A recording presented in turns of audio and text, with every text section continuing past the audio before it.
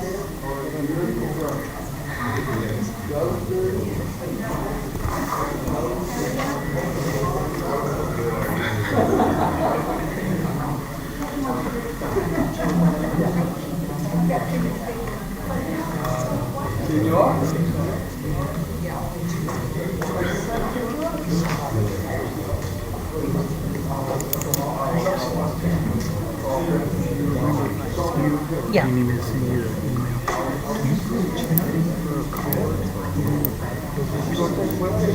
Oh, for back here? Broussard?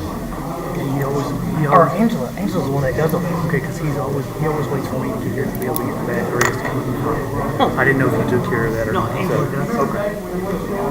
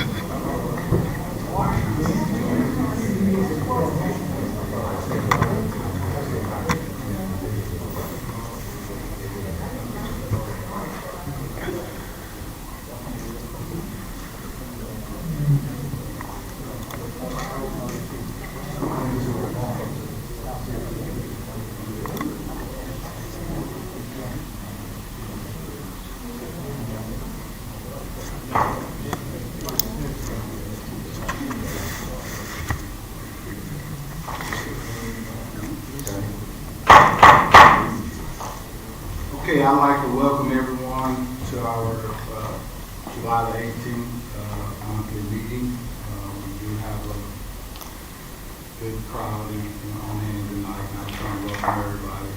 We love participation. That's the first step in making things better when we have participation from the taxpayers.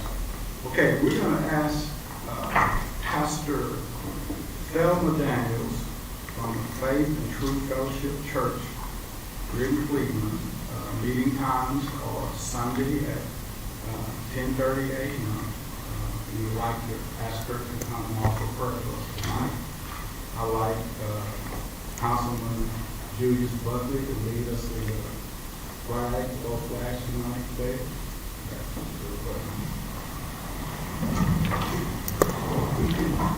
Thank you, Lord, for the grace that covers our city. I lift up our city council and our local leaders up to you. I ask that you, Jesus, grant them wisdom, insight, and knowledge to make decisions and plans to better every aspect of our community.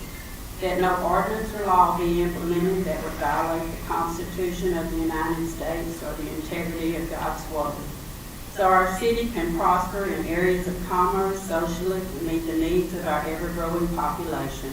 Lord, your word says that you will command a blessing when there is unity.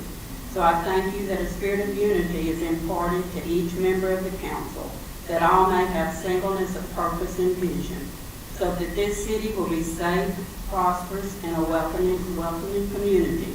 A place where families will want to raise their children because we have excellent schools. A place where new businesses are welcome and created, where safety of its residents is a top priority. A township where houses of worship are necessary and essential for the well-being of its citizens. I thank you, Lord, for the commanded blessing upon the city of Cleveland, and I pray and make these requests tonight in the name of Jesus. Amen. On the American flag, I pledge allegiance to the flag of the United States of America and to the republic for which it stands, one nation, under God, indivisible, with liberty and justice for all. I Texas flag, Honor the Texas flag. I pledge allegiance to thee, Texas, one state, under God, one and indivisible.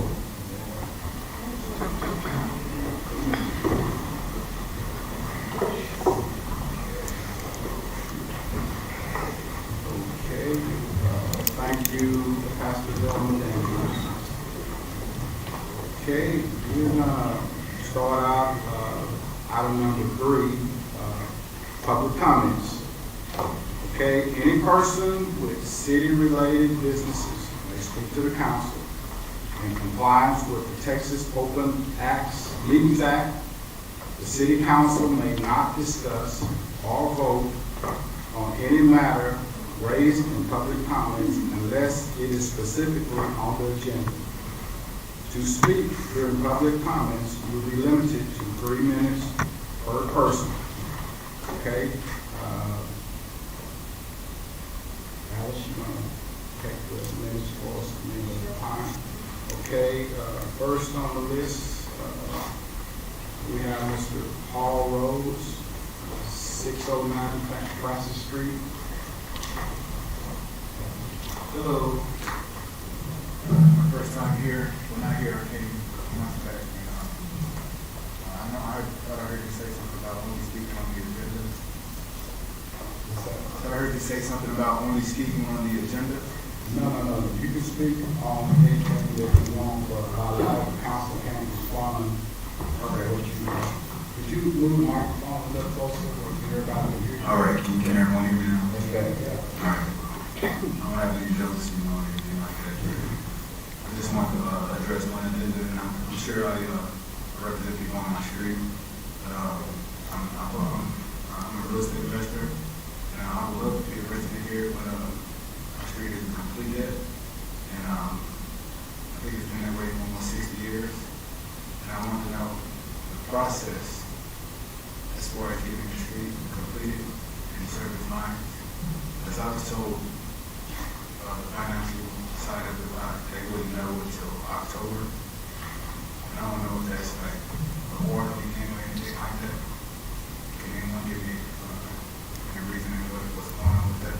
Okay, Paul, what you got to do on that, you need to set up a appointment, give it to Scott Stewart, our city manager, and he can enlighten you on the process of what you need to do. Yeah, well, it's not, I don't think it's in my hands because it's in the city. Yeah, what I'm saying is you have to let him know what you're trying to do, because at this point, we can't discuss it right now. All right, well, Just let him know what you're trying to do, and we can put it on the agenda, and, maybe we can discuss it, at another time. all right. So now, what you say your address was? 609 Francis Street. That's in Tanglewood? Yeah. Okay. All right, that's nice. Thank you. Okay, thank you, sir. Okay, you can get Scott's contact information and set up an appointment with him, and he'll take care of you. Okay, next we'll have Miss Linda K. Moore, 1013 Adams Street.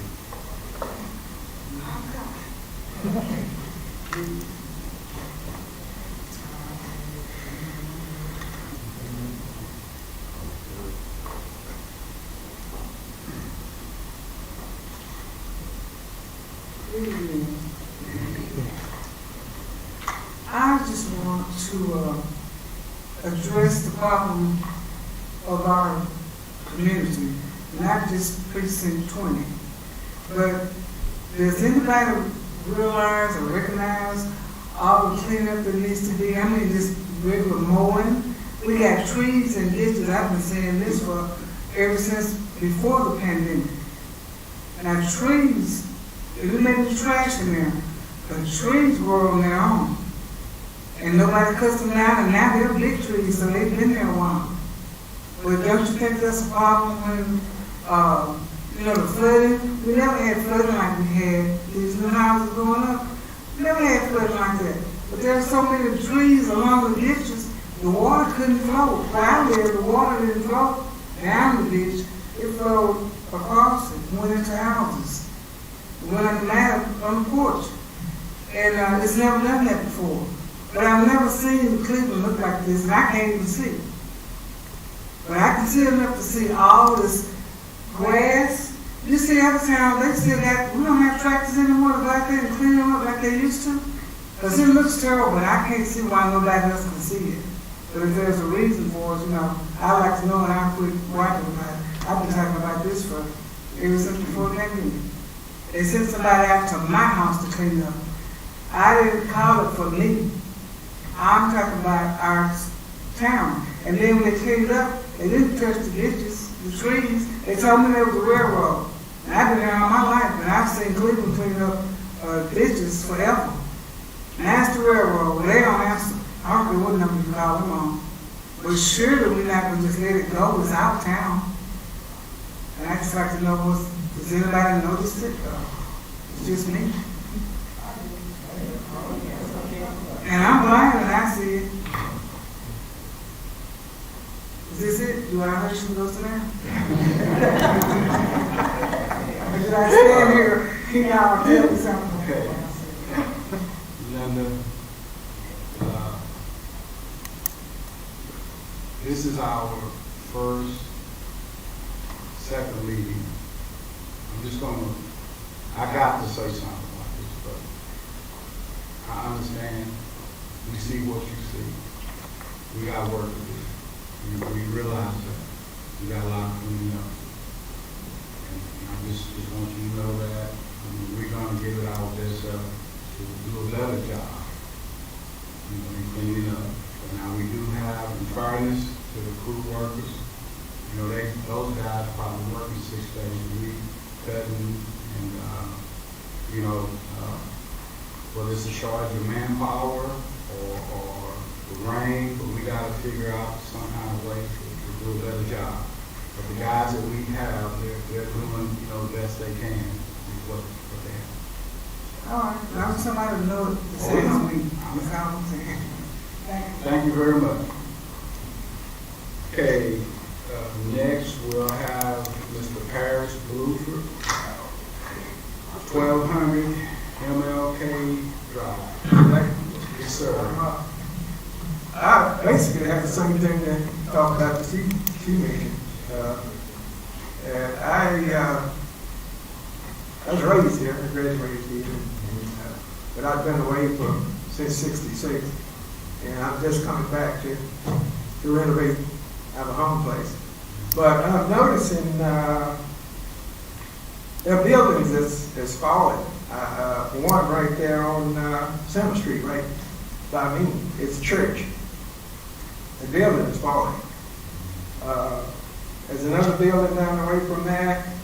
There's there's a church on Lily and 2nd Street.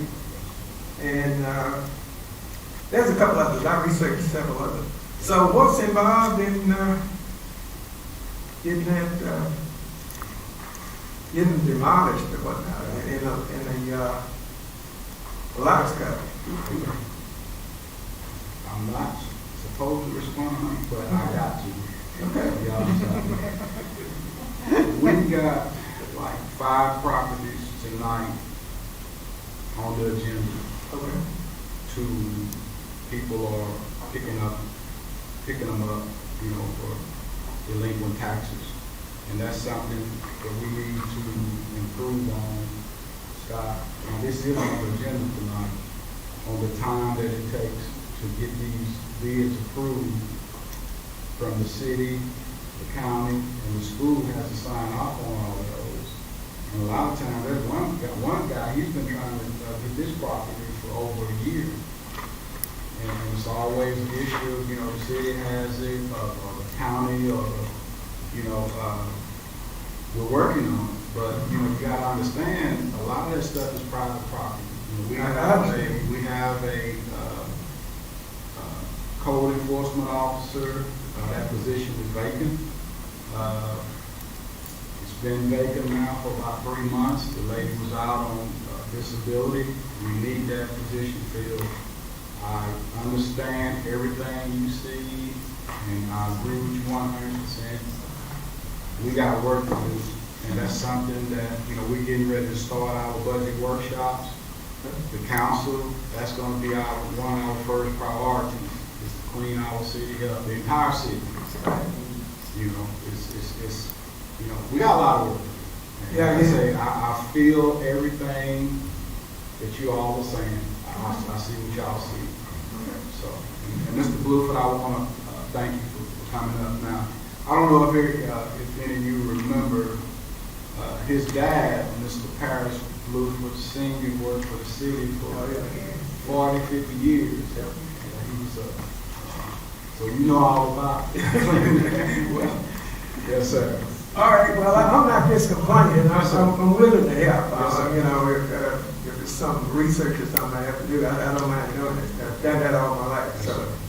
Just, I'm retired now, so I do that. give us a chance. I promise you, that's something that it's a priority. Okay. Yes, sir. Thank you very much for coming. Okay.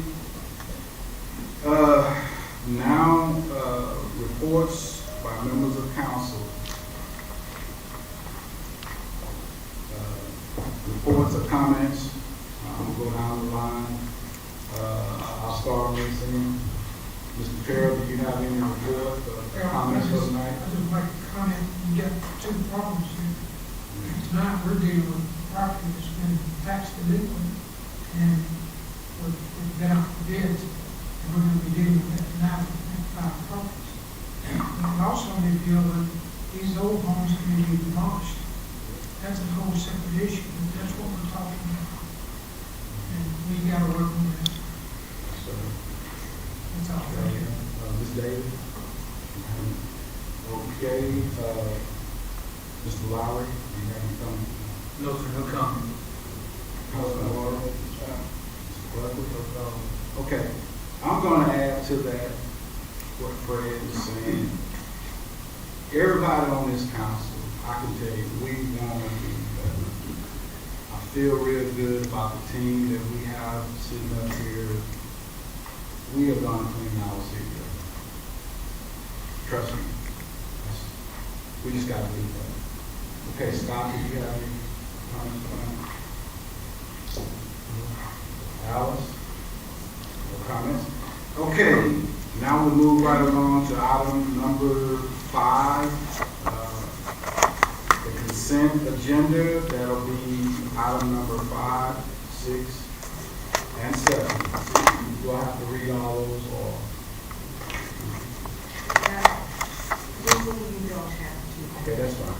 That'll be discussion, item number 5, 6, and 7 on the consent agenda.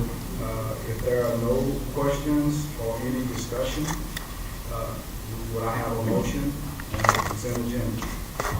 Mr. Mayor, I'd like to see this item D, which is 1 acre for MLK House, and that going out and open for discussion. The rest of these, if the bid on these, looks like it's pretty close to that. Yeah. Okay, that's fine. Okay, Scott, now on this, item number B, I also had a question. This MLK and Adams Street, where is it located? MLK doesn't run into Adams Street, does it? I expect this more lives on Adams Street. So that right there, we probably need to table that or something, because that address is wrong. So that one there,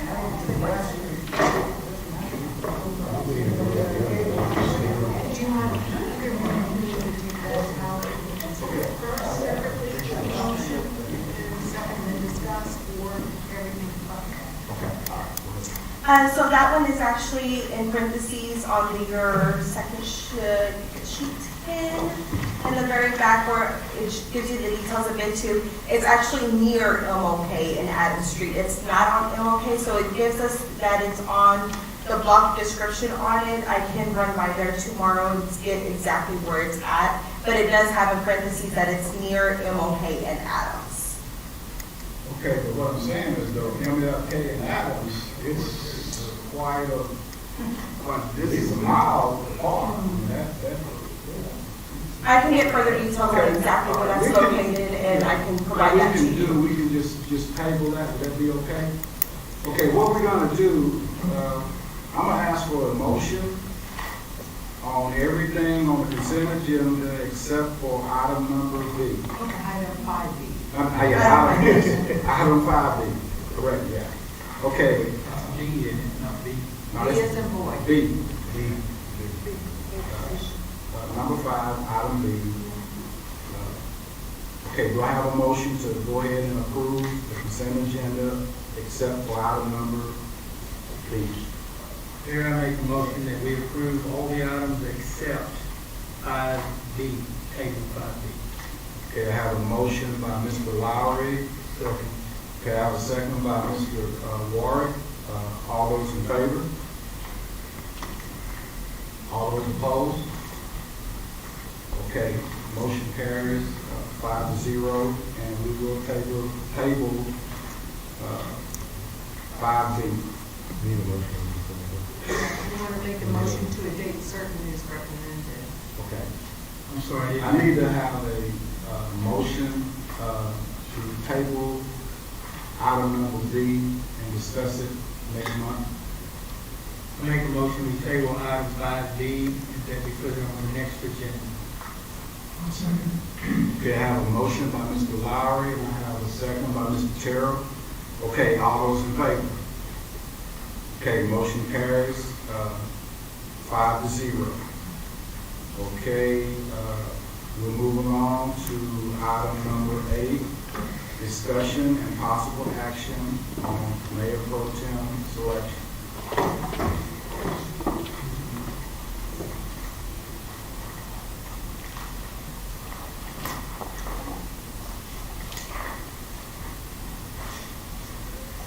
Mayor, are we making a motion or are we doing a nomination? No, you can make a motion to nominate whoever you like. We have to have a second, and then we'll vote on it. I make a motion that, we, Desiree David, Mayor Pro Tem. Okay, I have a motion for Ms. David, Mayor Pro Tem. Okay, do I have a second?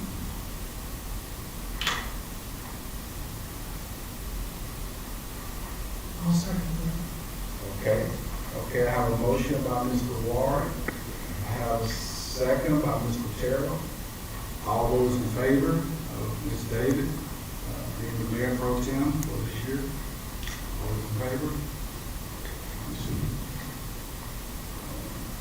How many? Two? I'm voting for it. Okay. Desiree? Okay, so that's three.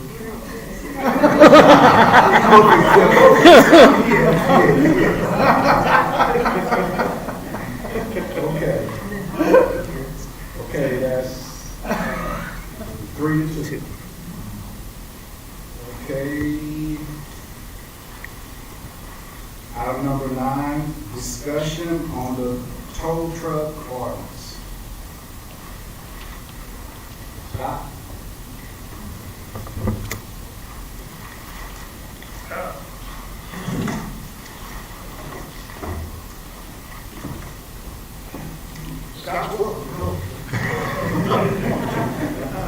Good evening, everyone. Mayor and Council, we appreciate your serving and being attentive to what we have to present to help this city move forward. This afternoon, on number 9, it's listed as a discussion of tow truck ordinance. Just want to bring to your attention that there have been a lot of interesting talk with the tow trucks here as of late. I've been with the department quite some time and we've never had such discussions, but it's time that we maybe move forward in enhancing and making our tow truck ordinance a little bit tighter and listening to the tow truck industry. I will tell you, I stand to tell you this afternoon that it's very nice to know that the tow truck industry stands. Whenever you're out on the back road somewhere and there's a metal sticking out of the tires of a pulpwood truck and a 400-pound log hauler gets out, you're glad to see that record truck show up. I've been in that position before, and those guys have been a lot of help to the city. They've been a lot of help to the police and law enforcement community in this county. So I'd just like to first tell them all thank you for what they do and being there to assist us. There have been some concerns. We met with each tow truck company last week that is on our rotation list. We also met with several that are wanting to get onto the rotation list for arrest and non-consent tows. We invited them all into a meeting last week here at City Hall. We had several of those gentlemen that are owners of the companies express concerns and some input that they would like to see into the new ordinance. We will be tonight leaning a lot on Ms. Mary Ann as she studies that ordinance a little bit close and looking at some of the new House bills in other cities and things that she's done before with tow truck ordinances, helping us to enhance our ordinance. So we're kind of leaning depending on her. So next month we will be coming back to you to share maybe a draft or something that we would love to see as our new city ordinance go into effect. There's some things on there that we will be discussing, such as fees, what they charge to store, tow, and move cars. We're looking at the possibility of mirroring pretty much what Liberty County Sheriff's Office does. Most fees are regulated by Commissioners Court and City Councils about the normal storage fees. But we will be, again, looking to bring that to you. There is some things other that we have looked at, and Danielle will update you a little bit more on that as she comes just shortly. We have been looking at this for a while. Some of the things that we're looking at is such as starting our permit program again, where each driver, each truck will be permitted to operate inside the city, and that is going to help with some of the fees. I think that we'll be charging them some administrative fees, some application fees, but all in the same breath. The fees for the storage and towing will be going up to mirror what the county is currently charging. We never moved in 2009 when we adopted a lot of rules and when we created the ordinance here that we currently have now. But I think some of those fees will go up that will help them absorb some of those fees that the city may be charging in the upcoming new ordinance that we're proposing and recommending. So again, Ms. Danielle's going to go over a lot of those things. we did talk to the record companies. Some of them are set in pace with the current record list. I will stand to tell you tonight that we have 6 rotation records on our record list. In May, we adopted an additional one.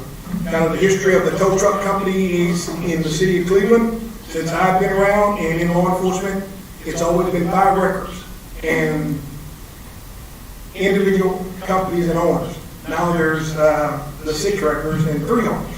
So what has happened over the years, several of the, I say, older guys that were running the towing industry sold out, and another person would step up and buy their slot to be on the rotation list.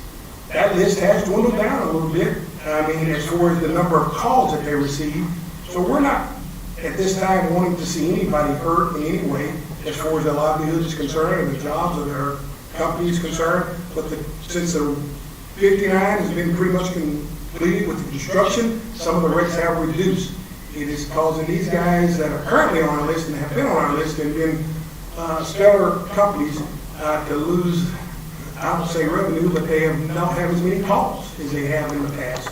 So by continuing to expand our rotation list does create a little bit of hardship on them. So I just stand to tell you the companies that have been on that list for the many years have served the city well. And even in the process of saying when we needed flaps fixed or the city needed something towed, they were always standing right there to help us with no additional costs or fees, and I thank them for that. So just want to let you know that we are coming and we're studying it, we're looking at it, and trying to create some things that will help the city. We do have 6 now.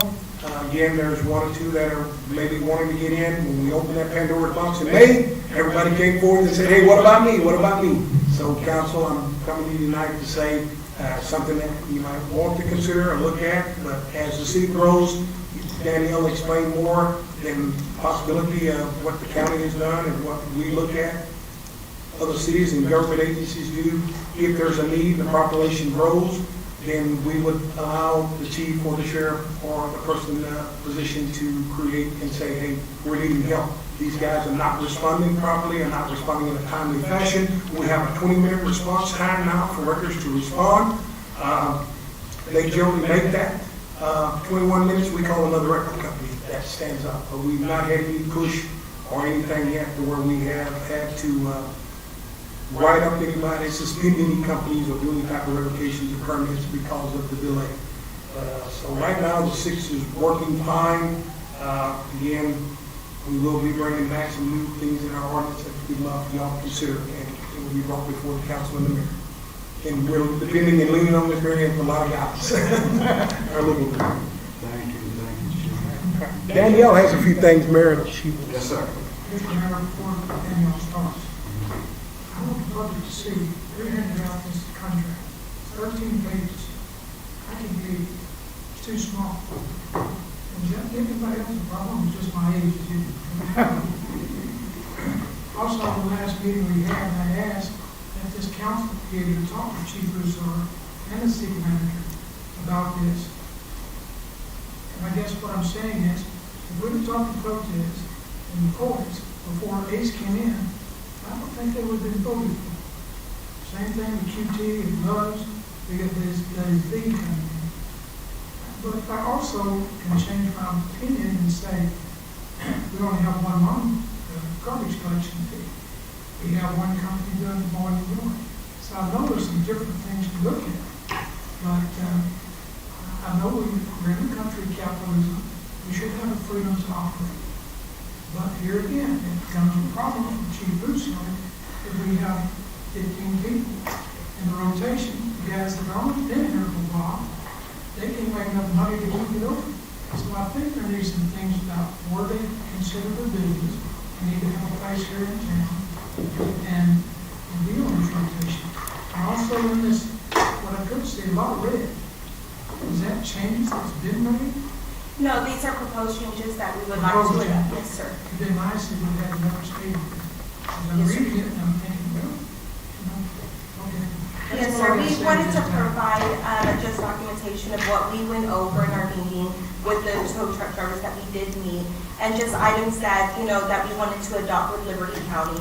And as Chief Broussard mentioned, that a lot of it we did communicate with Ms. Marianne, so she's looking further deeper into it just to make sure we're abiding by all the laws all across the board. A lot of the items in here that we are wanting to change, it's not really changing them, it's just implementing them to where they're more in detail as far as their fee structure, instead of just having it a flat item. We have an actual fee structure on there. Some of the items on here, as he mentioned, was the time frame of those tow truck drivers, responding to these sites. I know you did mention, Mr. Terrell, as far as their yards being within the city limits, those are items that are in here. So it's just going into further detail and just looking at proposed changes that we would like to abide by with TDLR as well as with Liberty County. That's all I have. Okay. And one of the things that we wanted to do is kind of go over this with the council, because we did meet with the tow truck operators that we currently have that are either requesting and or on the list. And after that meeting with them, going over some of the concerns that we had, we did the red line, and that's why we're here tonight, is so that we can go over those with the council to get input from the council. Tonight is just a discussion. That's exactly what we're doing, is discussing this, so that we can then have Mary Ann look at it, to finalize it, and maybe bring back an ordinance next month for actual adoption. But tonight is just for discussion, to kind of go over some of those changes that we're looking at. And so I can go through those with you. We'll go through them fairly quick, unless there's questions or whatever on them. But if you'll turn to page 48 in your packet, the first area you'll see is the red line. Basically, what we're looking at doing with this one is that we're changing this to read that the vehicle storage facility within the city or to place of business of the auto record shall be the adopted rates of the Liberty County fee structure. So currently, right now, we do have a rate, but it is the rate that we adopted back in 2009, I believe it was. Is lower than what the county and TDL allow for the storage facilities. And what we're saying is we just want to go ahead for those non-consent tows, that we want to adopt the tow rate for Liberty County. And I take that back.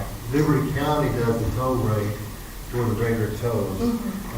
TDLR only does it for the storage lot. So this will be the rates. That way, if Liberty County changes their rates for the tows, then ours will automatically change with theirs. So we're not identifying a specific number that we'd have to redo every time that we want to change it. We'll just adopt what they have, and that's what the county can charge. And it makes it easier for the tow truck operators, because it's just one fee in Liberty County, whether they're working for the county or whether they're working within the city. The next paragraph there on the bottom, it said that we're basically removing, saying the established fees by the city council. Again, we're adopting Liberty County's fees, so if we're going to adopt them, it's being adopted. They're the ones that are setting the fees for that. And then, of course, the next section, we're removing, again, the stuff that addresses back to the city council, setting those fees. And the heavy haul would then be followed back on. I believe the TDLR does set the fee for heavy haul, and that's what we'd be adopting, the TDLR structure or fee for the heavy haul tows. And we would be adopting that fee structure and those requirements for those. And that's on the top of page 49. Then what we have is we discussed quite in depth with tow truck operators that in the past, as the chief had mentioned, you had several tow truck operators that owned city lots inside the city, and it was required that they owned a lot inside the city, and that we had to have documentation and proof of their ownership. TDLR allows them to lease lots inside this, or lease lots, and we do have, as you learned, we have multiple operations that may be utilizing the same city lot through a lease agreement that they may have. And so we're removing that section of it, and just, and you'll see later on, that we will be requiring that they either provide us a copy of their list to prove that they have access, that are utilizing for at least a year, have been utilizing a city lot, and or own a city lot. But they've got to show proof of that on those to show that. So that's the reason why that change is in there. Again, the next one, section 122-136, we're falling back on requiring all the storage facilities to be in compliance with TDLR. And so the statements that are being removed is basically saying that the ordinances that we have, we don't have specific ordinances, we're just going to adopt the laws and the regulations and requirements of TDLR, and that's the requirement for that. Then if you'll turn to page 51 under the charges, again, this is the charges for the lots. And again, we are removing where it says that the dollar amount is established by the city council and replacing that with TDLR, just adopting the TDLR fee structure they have in place. And then on page 52, you'll see that under applications 122-152, before they would apply through the city secretary, we do have a city permit office, and so we are removing or striking city secretary, and then they would actually be going to the permit office to file an application. You see the new fee structure that we've proposed under the 122-153 fees.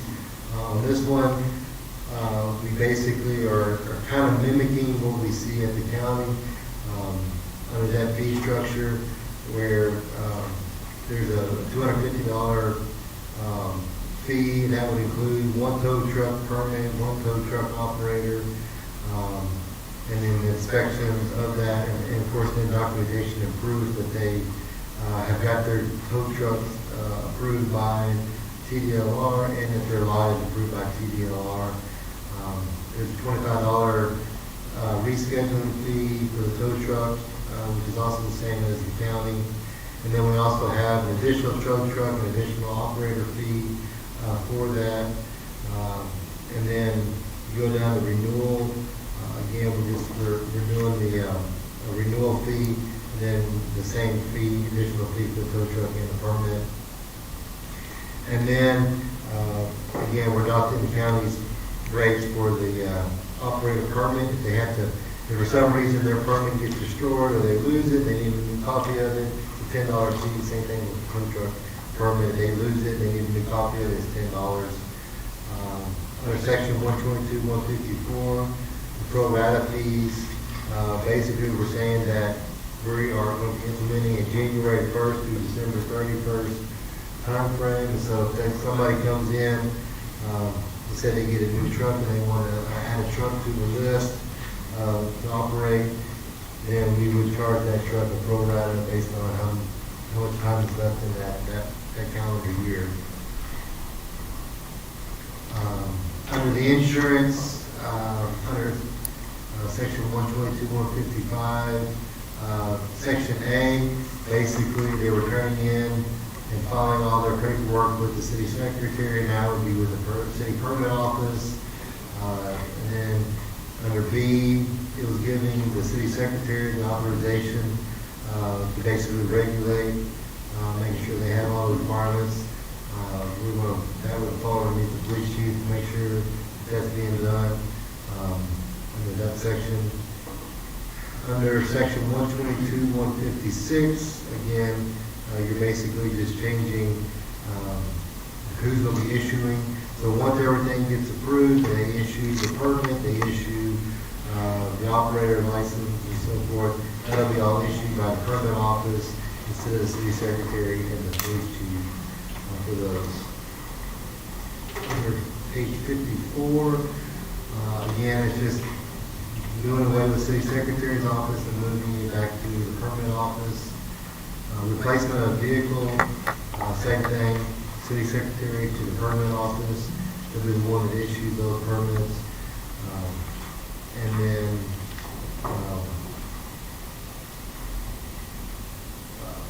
again, under section 122, 160 of rules and regulations, which is saying that he's going to go to the permit office to the city secretary. So a lot of this is just cleaning that up.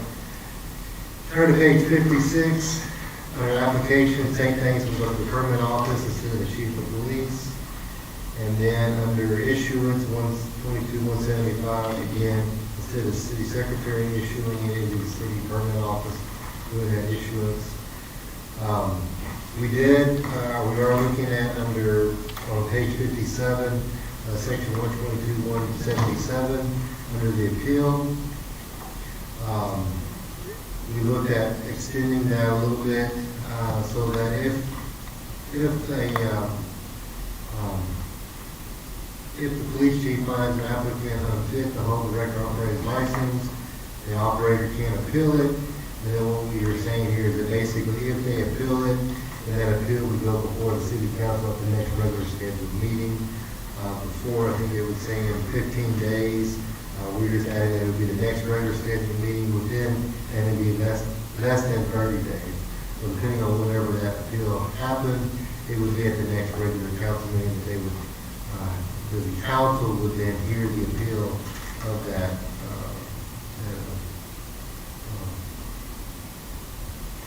the determination of that license. And then on the bottom of that, again, duration, we're just changing this to be that it's January 1st through December 31st of each year. It'll be the duration of those permits. If you turn to page 58, underneath the fees, again, there's under section 122, 180 fees, section B, the rate to be charged. To issue a license to an operator of record in the city, that should be $150, and then the rate to be charged to issue an identification card to the record driver shall be $100 per record driver. And that, again, is mimicking the fee structure that we had addressed earlier in the ordinance, just so that those collate with each other. And then we are asking to add a new section underneath the ordinance.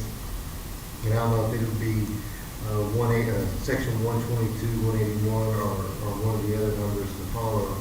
But we want to make sure that the tow rotation list is included into the ordinance as well.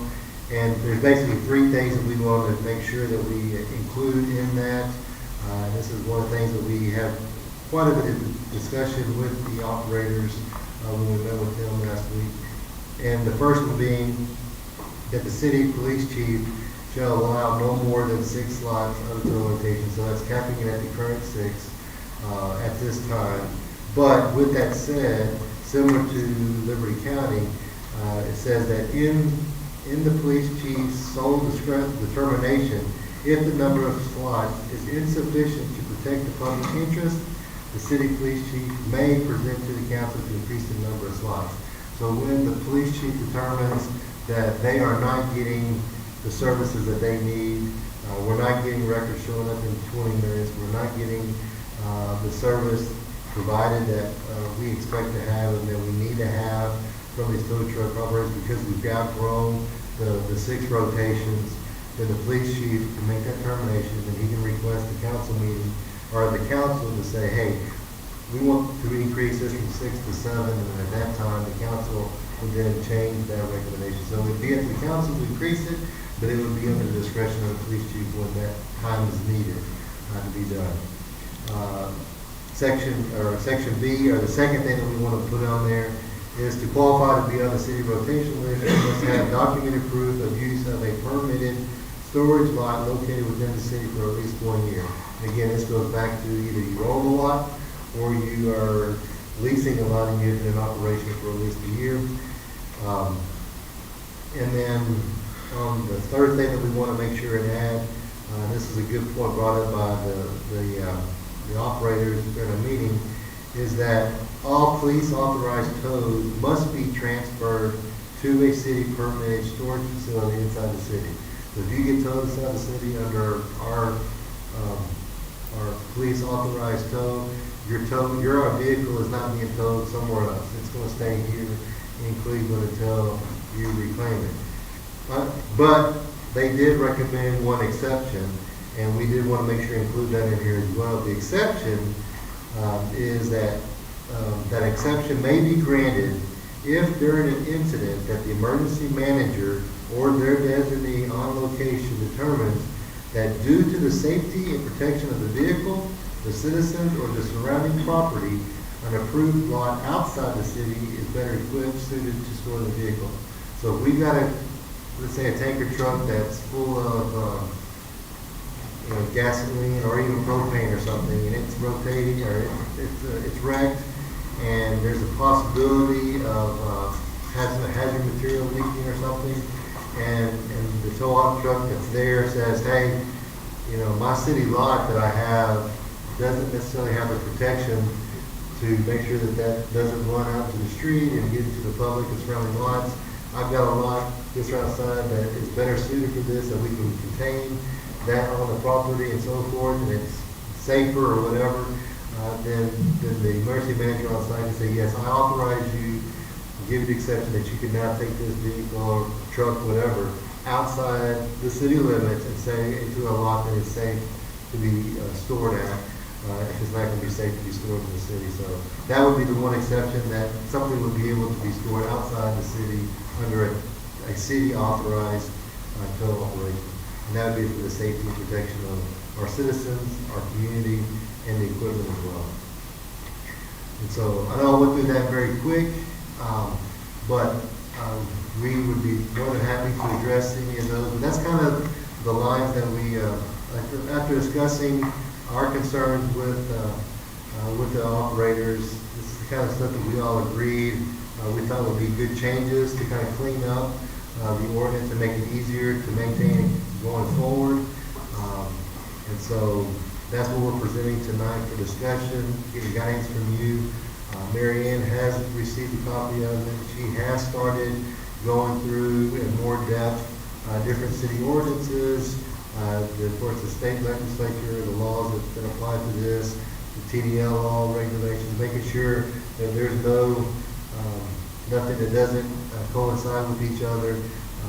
But again, the idea is that the council gives us direction tonight on what they would like us to see. We'll make those changes if there's any. Mary can make those adjustments, and then we can have that back to council. Next month, again, it would be for discussion and then possible approval at that time as well. Can I go back to page 48?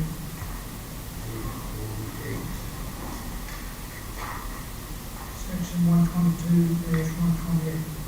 Run this by me again, at the lower taxes.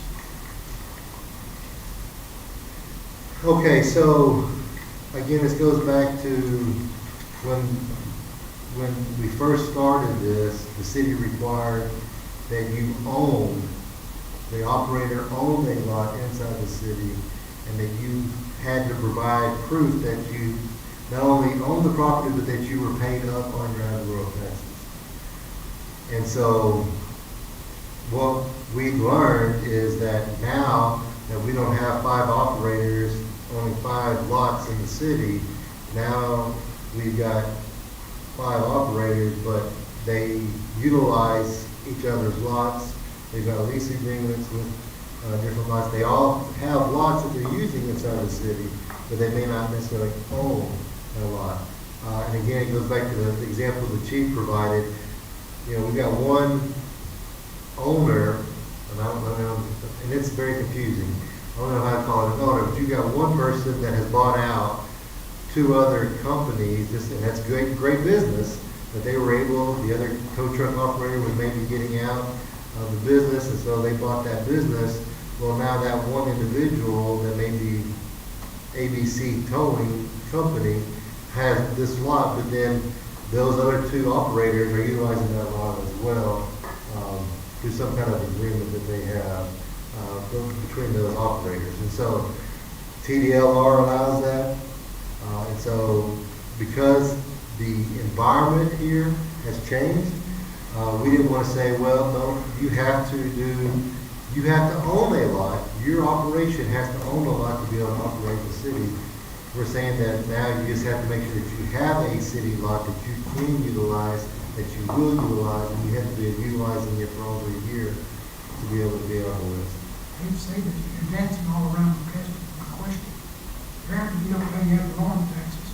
You're not punished. It don't keep you from operating in the city. Is that correct? That's what that whole. Scott, may I help? Sure. One of the examples made by one of the towing companies was the fact that they may be on a payment plan or paying out their taxes, and it would not be paid in full.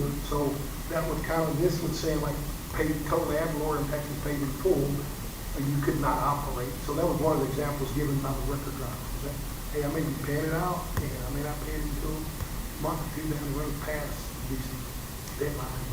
That was just one of the examples made to us. And I'm not really prepared to talk about it in the council member throughout, but due to some new legislation, depending on where those rules are, for example, a lot of the different occupations, the city may be preempted or requiring that. Marion, can you hear you? There's been some new legislation that itemizes which codes in the state of Texas that the city may not regulate if that same subject matter is addressed in those codes. That's new, effective September 1st. If you look at the ad valorem taxes, what was previously required was by January 15th, you basically had to provide to the city that you had your taxes paid out. Right. But like the chief was saying, we've got a couple of those that own lots that can do payment plans throughout the year. So that was not a situation that they were adhering to. And then we had a lot of discussion about no longer does everybody own a lot. A lot of them are utilizing a lot through some kind of agreement or whatever. So that's why we decided our recommendation, because this is kind of the way they're operating now, is to have that change in here. The council can say, no, we want to make sure we leave that in there, that is required, and that's fine.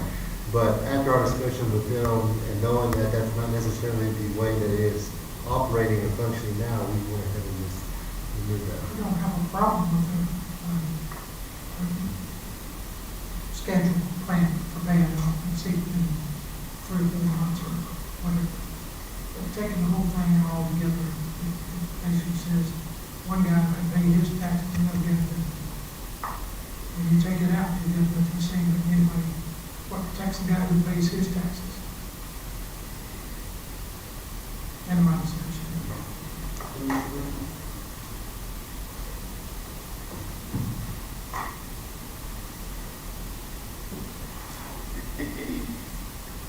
Yeah, you need to speak up. Yes, sir. There was something that seemed to be unclear. Yes, sir. There was something that seemed to be unclear. From my understanding, correct, misunderstanding, you must be in the city 1 year prior being on the rotation, but how do you get to 1 year prior without being actively a total company? Because to be a total company, you have to be approved. How do you get that 1 year prior before you get on the rotation? I don't understand. Can you bring me a clarification on that?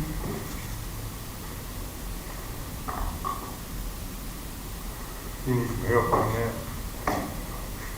You have consent codes and non-consent codes, if you don't mind me. And you, like I did when coming up here.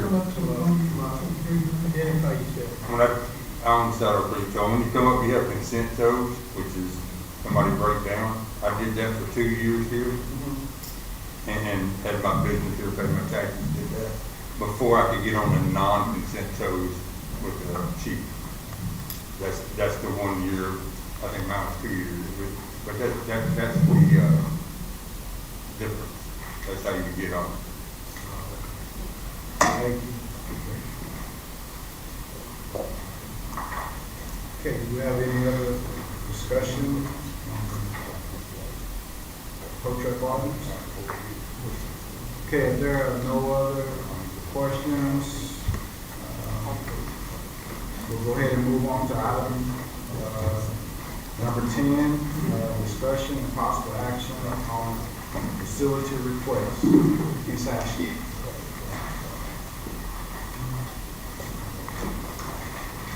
Good afternoon, Council. I'm from the Civic Center. I'm Ashley. We had our first facility request that came in for this agenda. This was going to be for free back-to-school haircuts. They have requested to utilize Stansel's Log Cabin for the free haircuts. You should have a flyer that was presented in your packet. Pretty much for them utilizing Stansel. Out of the two facilities, Stansel is going to be your cheaper facility to be able to provide at an in-kind, excuse me, at an in-kind rate. The Stansel Log Cabin rents for $150 versus if they were due pretty much the same rental at the Civic Center, that would cost them about $350. We are looking to, or they're looking to do the back-to-school haircuts just to provide parents with some relief going back to school. School is starting a little bit earlier this year, and there will be a total of 6 to 7 barbers that will be there. They will be setting up a station inside of the log cabin, and they will be there pretty much all day providing haircuts. We think that it's a great idea. It is giving back to the community. It gives the kids and our future leaders a head start, confidence to go back into the school, and just kind of looking for your guidance and what we would like to do in providing that facility and that space for them. Okay. I got a comment on that. Yes, sir. I think it would be good, I mean, for the community. Haircuts, probably $25. Yes, sir. And if you got 6 barbers that's gonna come there and give it free all day, Yes, sir. They giving away, they donating probably $250. So I think it's a great idea. And we've had people to also say that they would donate water for them to have water. There's going to be snacks and things like that as they are providing these haircuts throughout the day, not only for the barbers, but also for the children that are coming in. But for the city to donate $150, I just can't see how that could be a problem. That's my spiel on it.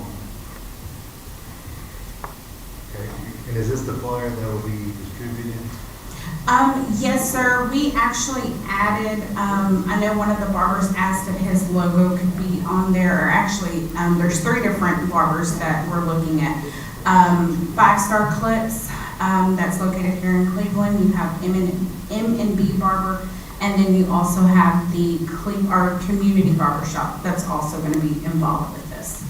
I just want to make sure that they notice that there is a City of Cleveland logo, so we are promoting.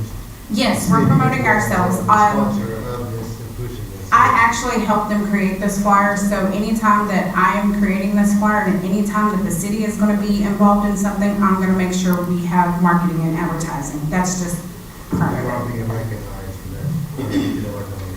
Okay, also, we got item number B on that, TDCJ. Correct. Job fair at Civic Center. Correct. So last Wednesday to be exact, we met with Mr. Earl Brown. I don't know if a lot of you are familiar with Mr. Earl Brown, but he does do the recruiting for our local prisons or prison system. He also used to be the mayor in Shepherd. Mr. Brown reached out to myself, and he reached out to Mr. Robert Reynolds in reference to bringing a job fair back to Cleveland. We had this back in 2022. They had a job fair where they actually provided each department with an area within the Civic Center and hired from their kitchen, transportation, HR, engineering, all sorts of departments within the prison system. This is exactly what they're wanting to repeat to bring back to the Cleveland area. And as you know, TDCJ will be taking over our facility that we have here. So, yes, in September.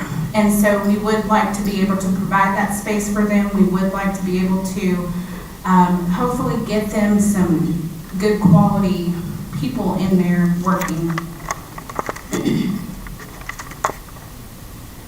Mr. Mayor, may I speak? This is both of big problems. I think it's good that we approve it. But again, we've been talking about this for years now, that we keep getting these things in kind, and it costs us to operate.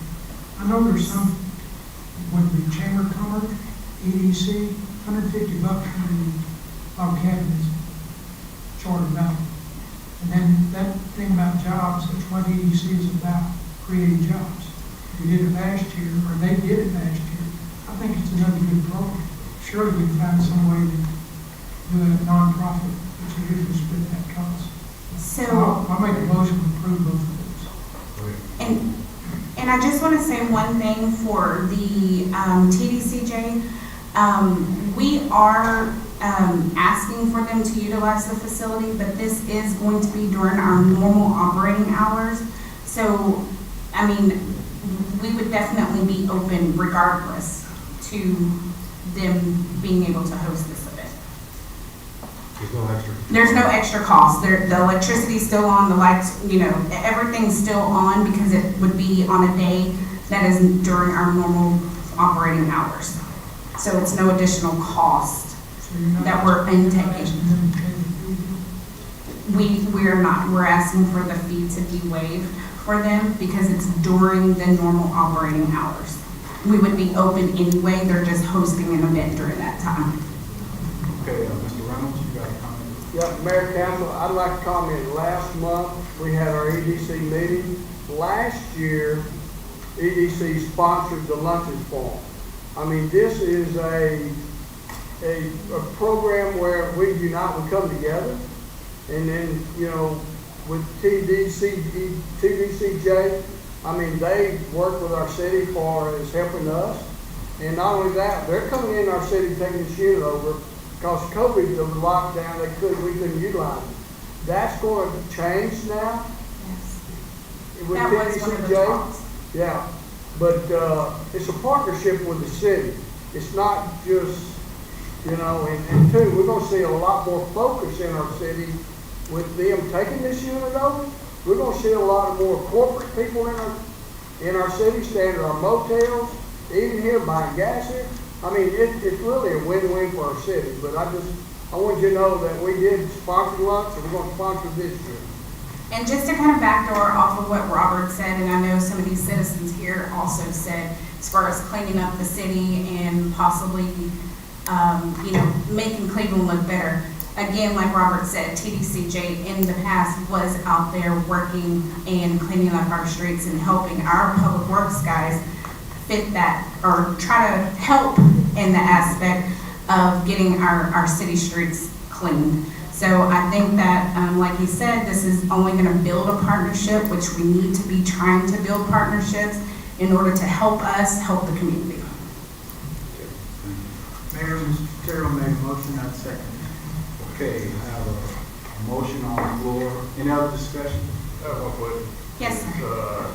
Are they going to clean up afterwards, or is the city going to be required to clean up afterwards? Because I know they have tables and chairs, I'm sure they're going to set up. Tables and chairs, yes, sir, they will be set up, but last time their guys helped us pick those up. Okay, so then. Yes, it's They're just, not responsible, we're not responsible for that, they're taking care of that. yes. All right. Okay, I have a motion by Mr. Terrell, a second by Mr. Lowry. No other discussion. All those in favor? Okay, I have a motion passes 5-0. Okay. Was that for both? Yes, for both, yes. Okay, discussion, number 11, discussion and possible action on award a contract for lawn mowing to grass knuckles.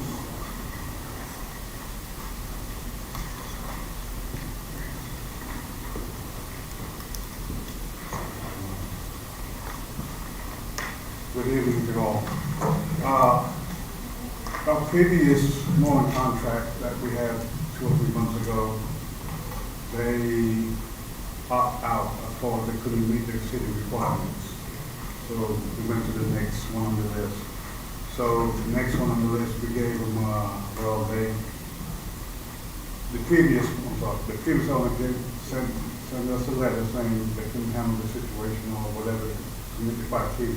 So therefore, we went to the next list and we got with them, and so far they have been maintaining our facilities and so forth within the contract guidelines, and they're all meeting to our standards. So right now, we just want to have a signed contract saying this is what it is, and they are willing to meet the requirements as set forth.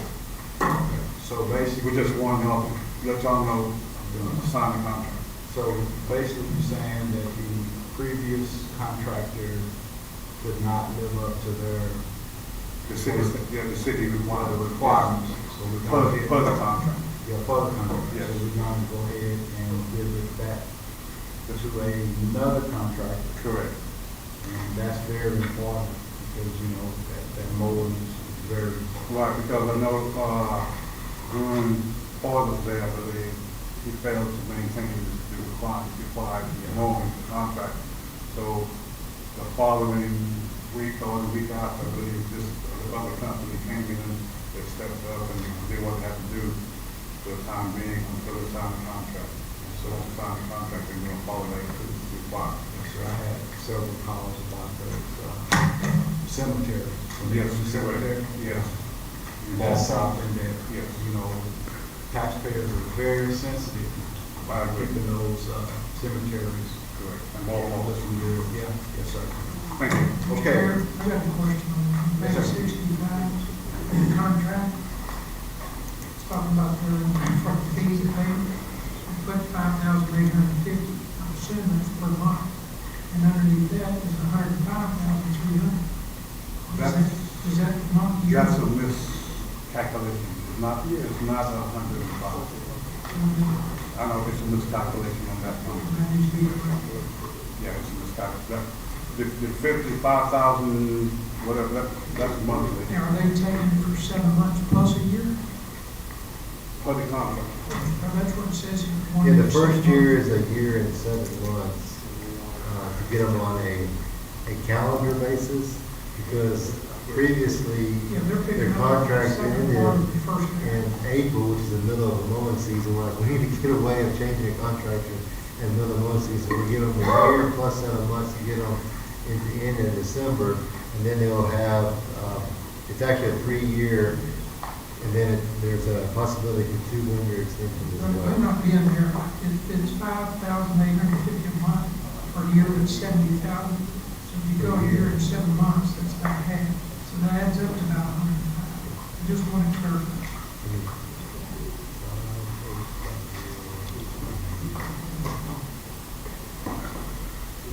That's 18 months. 105, 300. Well, it's close in. Right. It's okay. I just saw the 2 numbers and I wanted Okay. Thank you. Mr. Terrell always looking out for that money, but, you know, but, somebody has to. yes, sir. We need that. In his bid, it Don't says- stop. In his bid, it says we have a 3-man crew and dedicate time twice a month. Yeah. And yet that's not true either. We should be 42 to 52 times. Brother, count every penny. We need that. I mean, sometimes it's tedious, but like I said, Greg will always watch that money. So that's a good thing. It's your money. Yeah, you're right. Okay, where are we now? Yes. Okay, do I have a motion that we discontinue the old contract and turn the new contract, the existing contract over to the... You need to do that in 2 different motions. Right, so they terminated their contracts. All we need to do is just authorize this contract, or word this contract to the. Then I'll make a motion, we accept the contract. Okay. Okay, I have a motion by Mr. Terrell to accept the new contract. I have a second by Ms. David. Okay, is there any other discussion on that? Okay, all those in favor? Okay. Okay, motion carries 5-0. Item number 12, presentation on the city's strategic plan updates.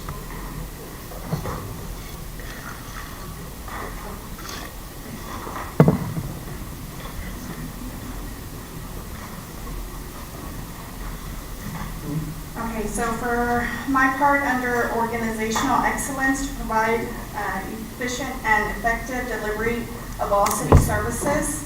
I have been collecting data from other municipalities regarding their stipend so that I can compile that information, put it together, and then present it to council for approval.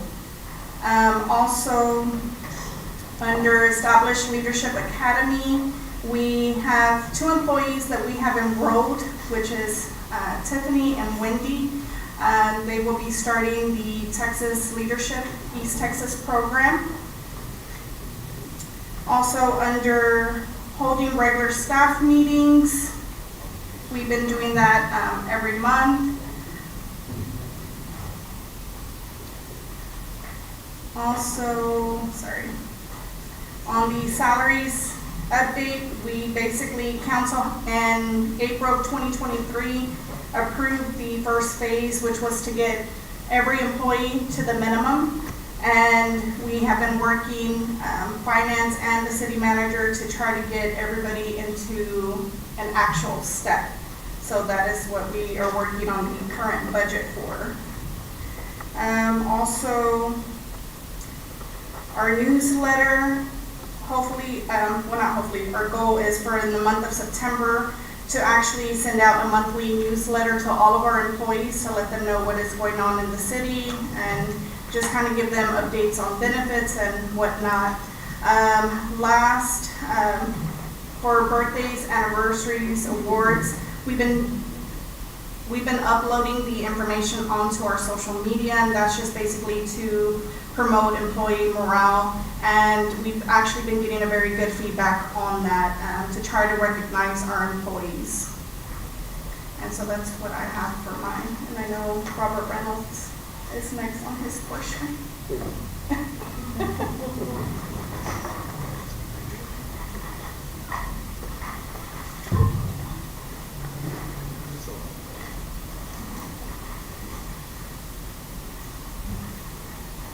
Mayor, Council, good evening.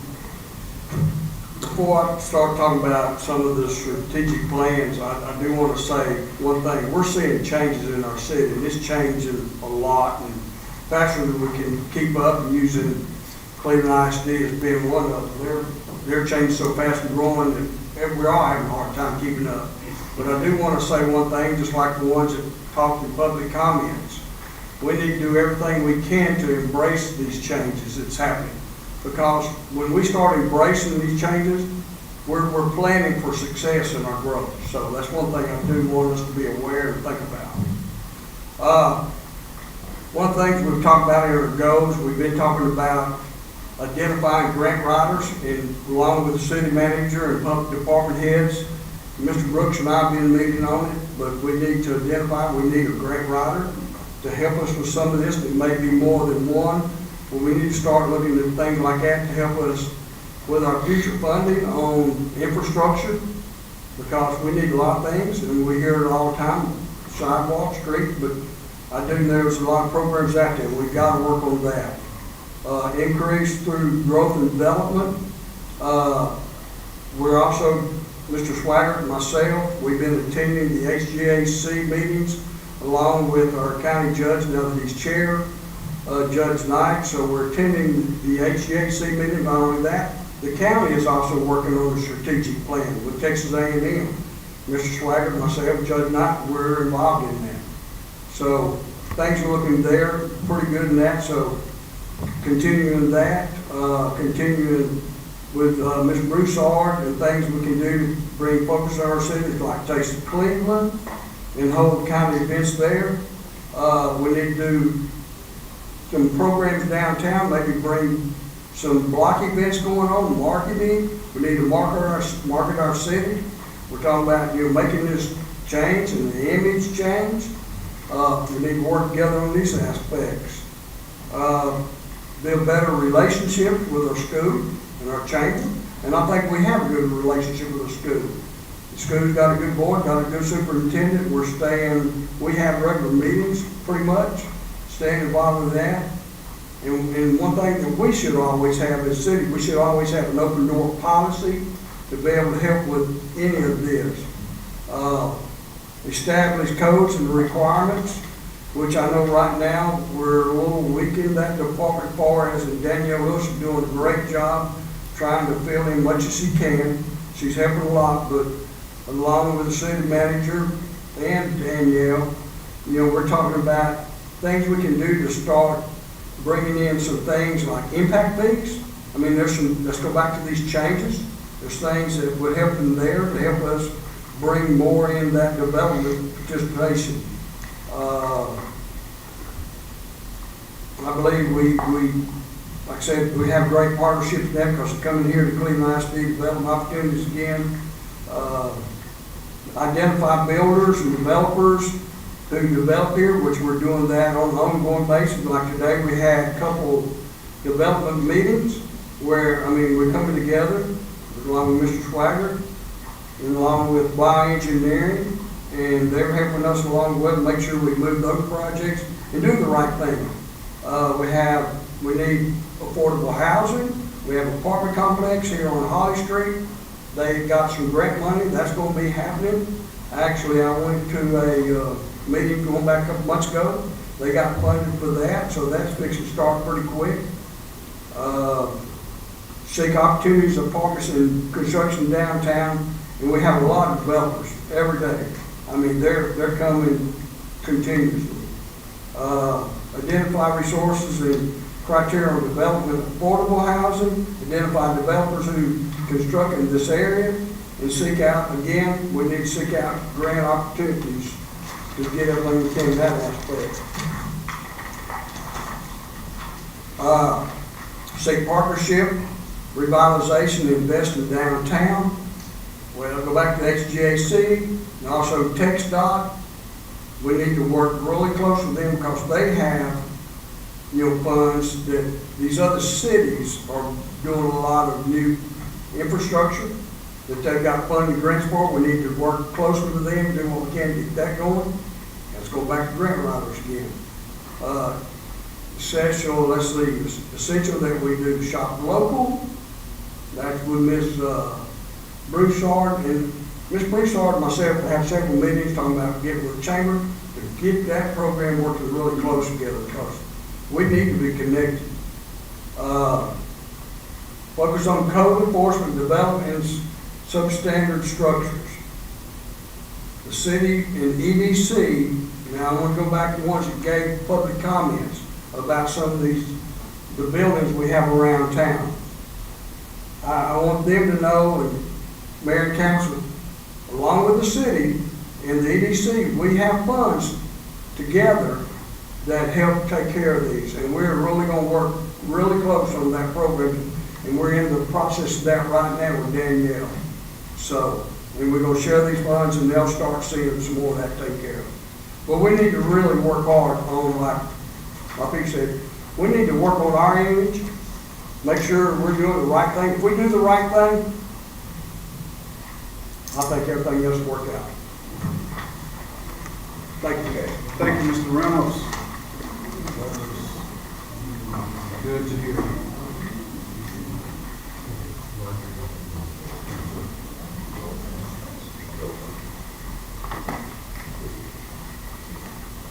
Okay, Mr. Brooks. Mayor, Council. So we discussed on different topics. First started the plan implementation.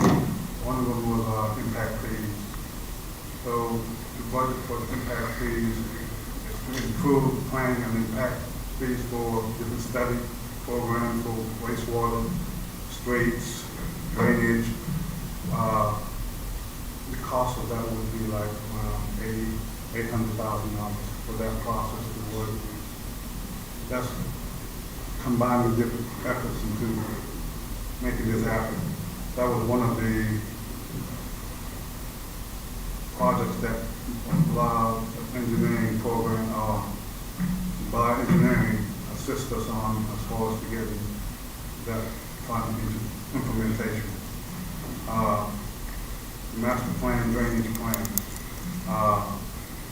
trying to prioritize projects over a life of a plan. That way, different developers come into the city, depends on what side of town, north or south, it would be advantageous for us to have something already in plan, so we wouldn't have to be delaying the process, just implementing the follow the plan and proceed further.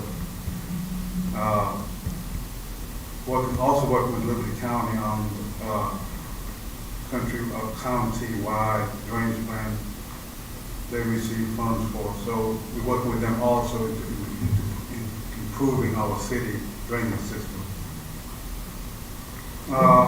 Park constructions.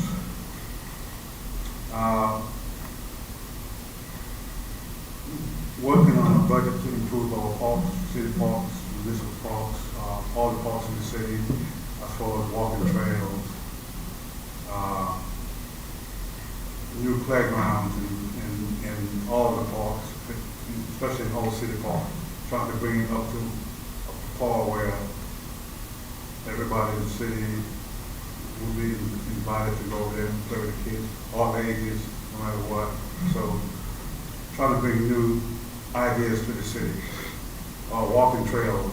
We build walking trails like Old City Park, excuse me. Campbell has a walking trail, but it's not as far as this space. So, I'm trying to build it up, resurface that, build it up, make it more appeasing, and also at that park, skate park section for that area where skate parks could have a lot of kids do skateboard. You know, we had a first session a while back where a meeting and I was surprised to see like 30 kids came in with skateboard. So that would be advantageous for us to keep the kids in a safe environment away from, to say, other vendors inside the city as far as don't want to use their facility as far as sidewalks and things like that. There was a skateboard park and rec committee. They had a plan to come up with matching funds. So if they come up with a certain amount of money for the skateboard park system, then the city would match whatever amount they would match together, build it up, and then move further on that to improve on the skateboard system. Infrastructures. As you know, we have a lot of old infrastructures, water, wastewater, storm drains, city buildings, wastewater lift stations, plants, whatever it might be. This will be a process where we need to be proactive. Before stuff happens, we need to be available, so we need to be conscious of, I know we ask for stuff, a lot of stuff, but this is essential for the city. It don't make sense building something when the infrastructure is weak. That's like a Band-Aid, but you still have to replace what's below it. It's like, so we build a $1 million house, the infrastructure is weak. What's the point of doing that when you have to tear it down to replenish the foundation? So you always have to start from the foundation and work your way up. Another grant system is, we got a text out about a couple of months ago, I want to say about 3 or 4 months ago, on improving our East Houston from Washington to 105 bypass. They want to widen the area, sidewalks, drainage. They want to improve on our city, and we just have to be able to accept, move on, adapt, move on, change. Some changes are good, but that changes, we just have to be willing to accept, help out where we can, and move forward. Thank you. Thank you, Mr. Brooks.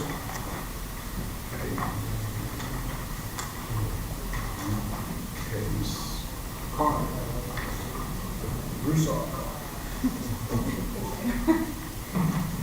Thank you again, Council. I am tasked with enhancing of civic pride along with some of the others that you see listed. One of the things as far as like enhancing the civic pride, I'm just going to kind of backdoor off of what Robert said. It takes a lot of funding to do a lot of things. And beyond our, we fill out for the Entergy Given Grant, we fill out for the HEB Cares Grant, the Cleanup Texas Grant for different things that we do throughout the year. But we have to go a little bit beyond that. And, if we had that grant writer, funding may not be a big issue with being able to continue putting on and establishing other festivals, other trade shows, and different things like that.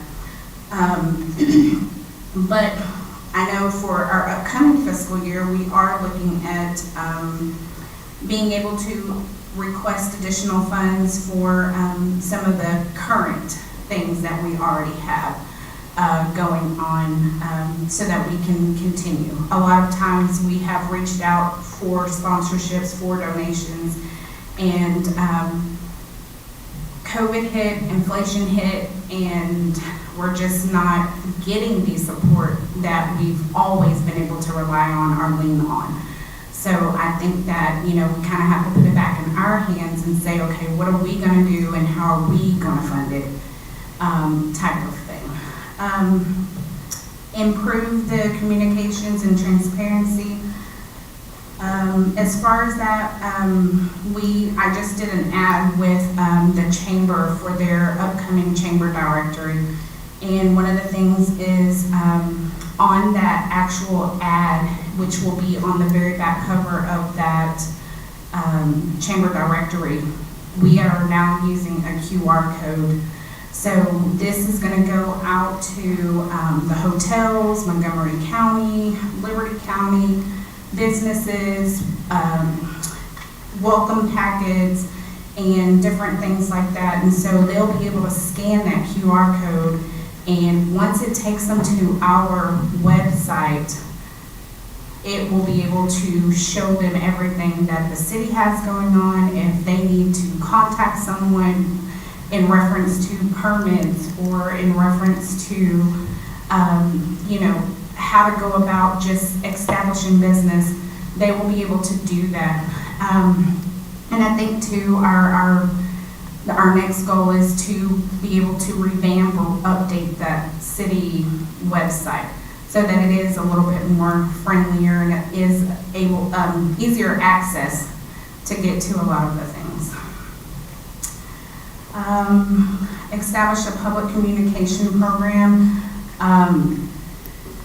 That, as far as that goes, we have been utilizing our social media a little bit more. I definitely think that technology gears the way. I think people definitely get on there for the good, the bad, and everything in between. So we definitely, I feel like, have to create the image that Cleveland wants to put out there, our reputation. So that has definitely been a big push with getting our events out there, as well as, creating PR. Most cities do have a public relations person. And I mean, we're trying to do that with creating a positive image for Cleveland. That also boosts the city's way of attracting and retaining as well. So I think that helps, and it also builds confidence with our citizens to support the city.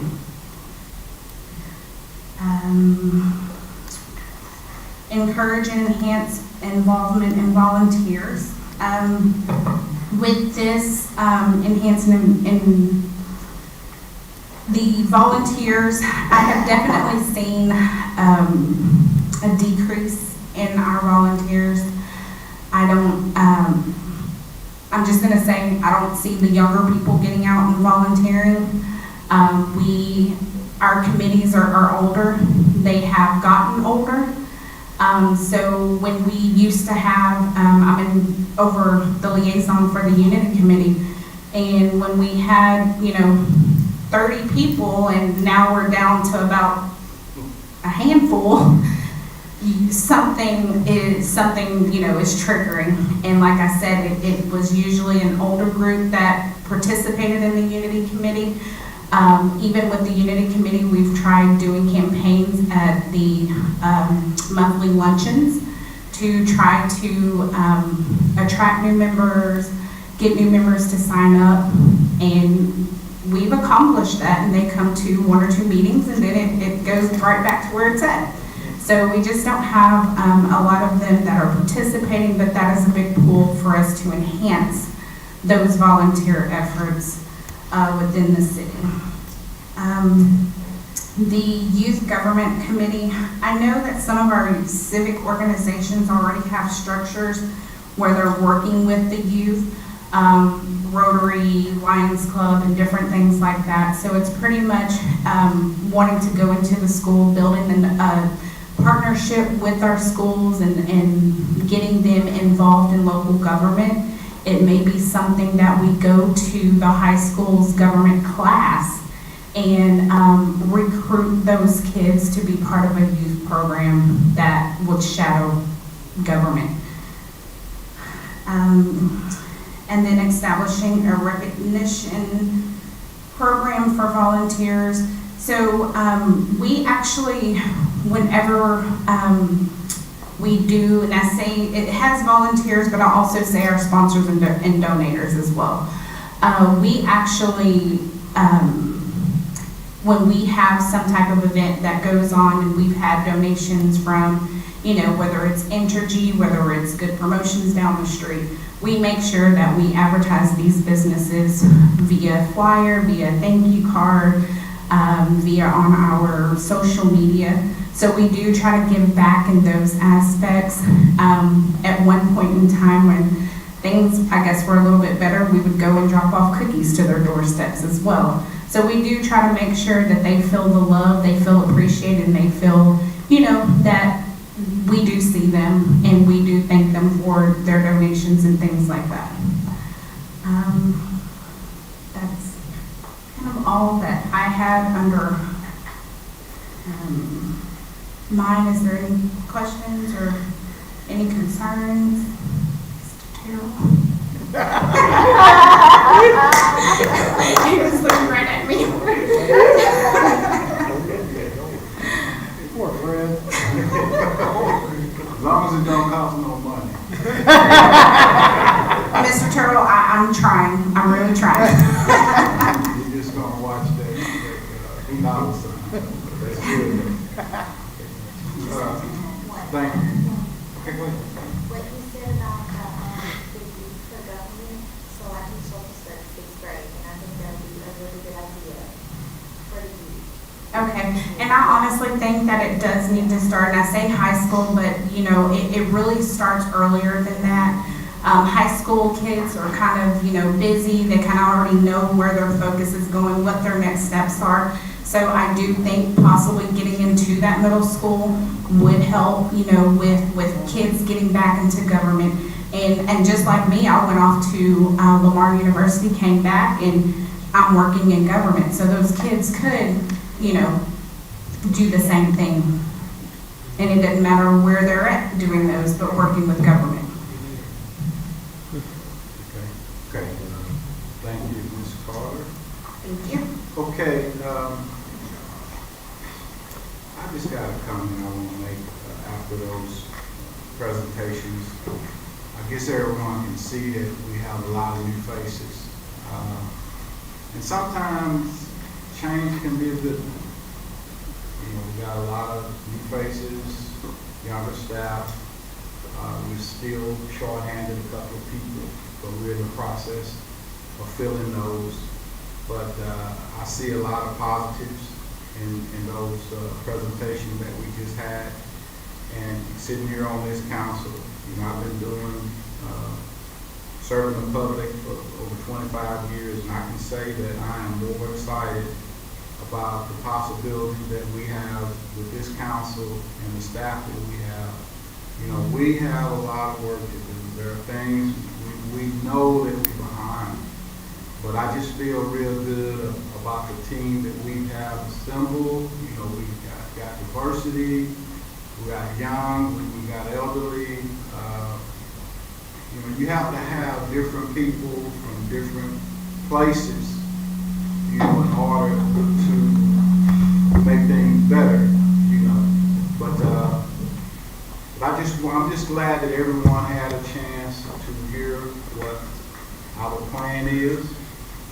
And I can tell you that we are very serious about what we're saying. We're saying that we're going to clean up our city. Everybody up here, we're on the same page. We're going to do a better job. And that's all I have to say about that. Thank you. Okay, now we're going to go on to item number 13. Okay, discussion and possible appointment to the following boards and commissions. A, the Airport Advisory Committee, and B, the Parks and Recreation Board. Okay, on the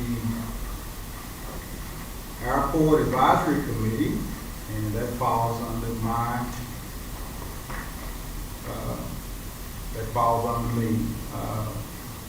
We have a gentleman that I would like to appoint. I met him several months ago, and he's a businessman. He's invested in Cleveland. He has a plane at our airport. He's a business owner, and I just feel real good about him. Every time I look up, he's in Cleveland. So when we got people coming from the outside, successful people that want to come to Cleveland and be a part of Cleveland, I think it's a plus.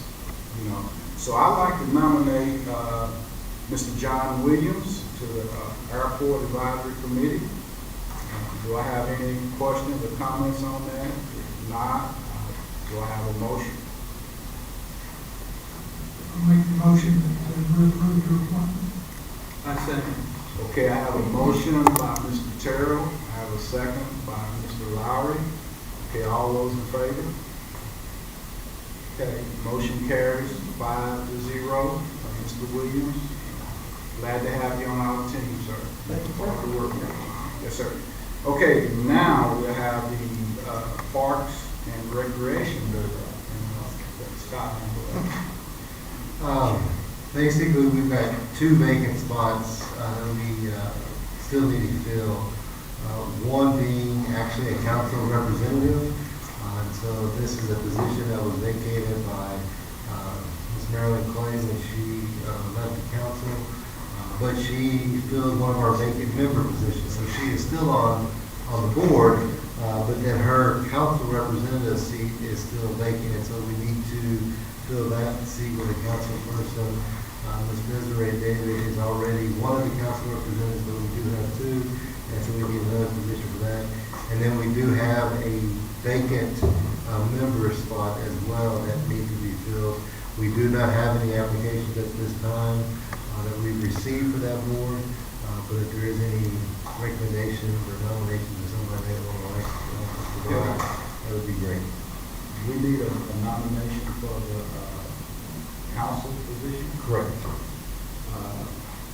I'd like to nominate Councilman Buckley. I think he's a young man and he can get out there, and I know he's involved with the youth here in Cleveland, and I think he'll do a good job on that committee. Julius, once upon a time, that was Cleveland High School quarterback back in the day. We watched him play a lot, and I think Julius would be good on that board, and I would like to make a motion. Oh, I can't. Go ahead. Mr. Buckley, will you accept that position? Yes, sir, I would. I'll make a motion, Julius Buckley, for that council position. Motion by Mr. Terrell. Do I have a second? Second. I have a second by Councilman Warren. All those in favor? Okay, motion carries 5-0. Okay, we'll now convene to executive session. The City of Cleveland reserves the right to adjourn to executive session at any time during this meeting to discuss authorized by Texas government Section 551071, consultation with attorney, 551072, deliberations about real property, 551073, deliberations about gifts, donations, 551074, personal matters, deliberations about security devices and economic development. So we will now convene into executive session at 7:40.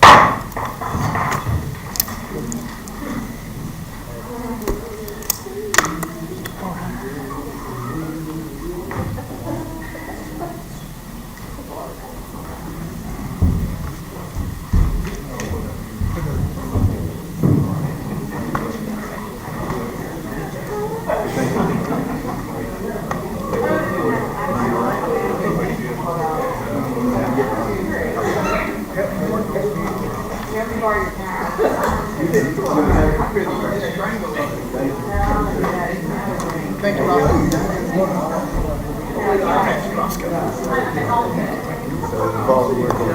You go ahead. Hey, you know that I'm the chairman of the zoning board of adjustments too. Right. Come to any of those anytime. Those, and if you ever see one of those variances that you have any questions on, I personally, myself, go to every one of those. Oh, okay. Yeah, so I take my own pictures. With the previous building official and stuff, I wanted to take my own pictures, go see those for myself. You can't trust the contractors. Right. You know, and I've had 2 city council members ask to go with me. If you ever want to go look at those, call me. You can go with me, and we can go see them. You know, and talk about them. Yeah, and come to any of those meetings. You know, I have Danny has been coming to them. Fred, of course, comes to everyone. He's all wrapped up in that stuff. But no, come to either of them. Appreciate it. Daisy was talking about coming to the next one. Okay. And those variances, you know how important those are. Yeah. I mean, that's just there to look out after the city. I know. Yeah. Okay. So yeah, come to any of those. For sure. Appreciate it. Thank you, Oscar. Yes, sir. Yeah. We change. I'll talk to you. Yeah. Y'all are going back there. Yeah. I wish you luck. You're going to need it. Still have a social firm. Gotcha. You know you didn't do that when I got the chairman of the zoning board of adjustments. You didn't take that picture. Yeah, the zoning board.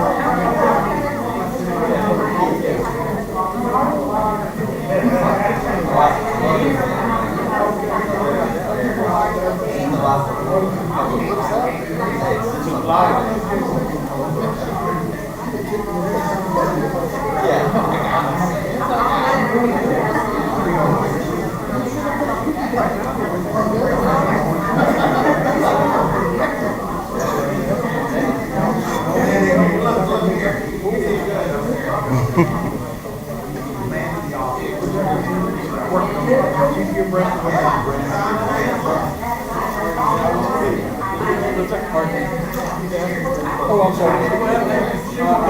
It's the last special session. Yes,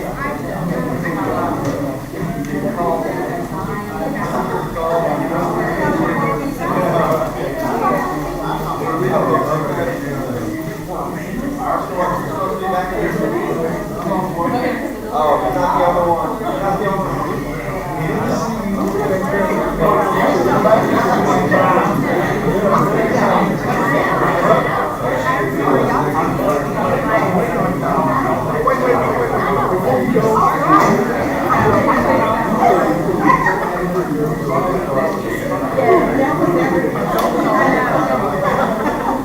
Congratulations, Mayor Pro Tem. Thank you.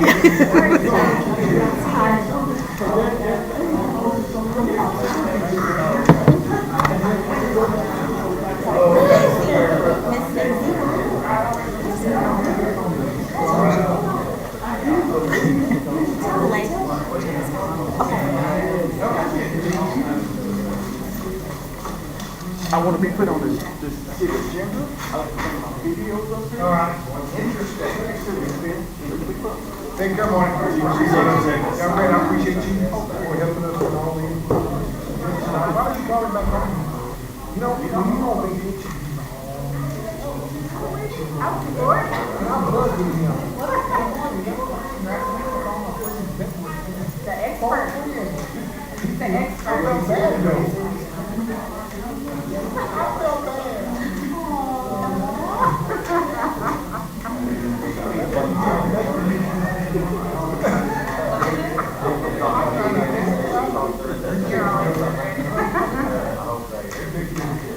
Yes, sir. Yes, always.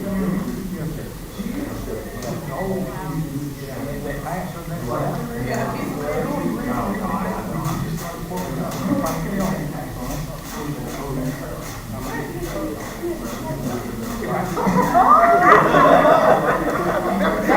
Hey, but it's gonna give me that gas number for it, so y'all actually talking to the children.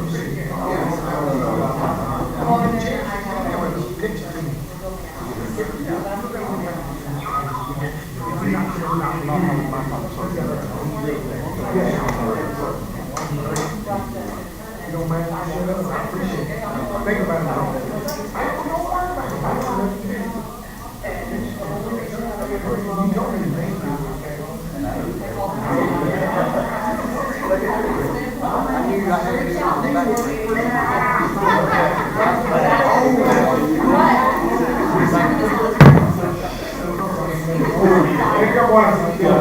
Hey, so how you doing?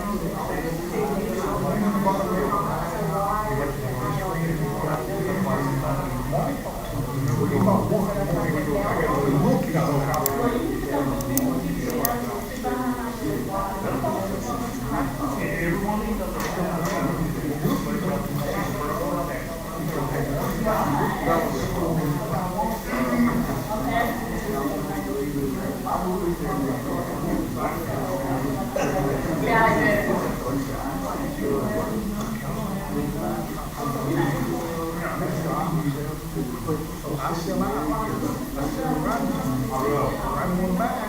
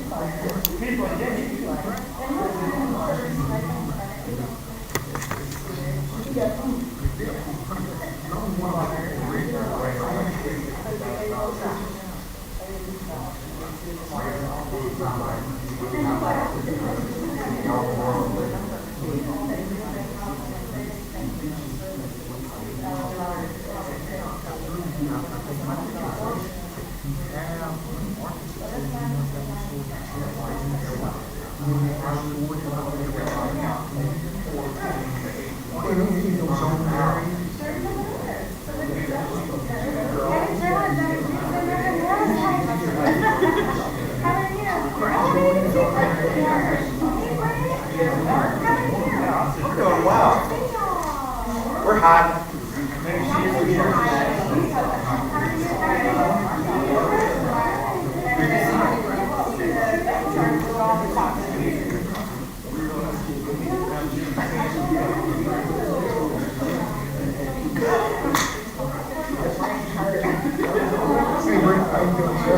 Hey, all right, I'm back up here.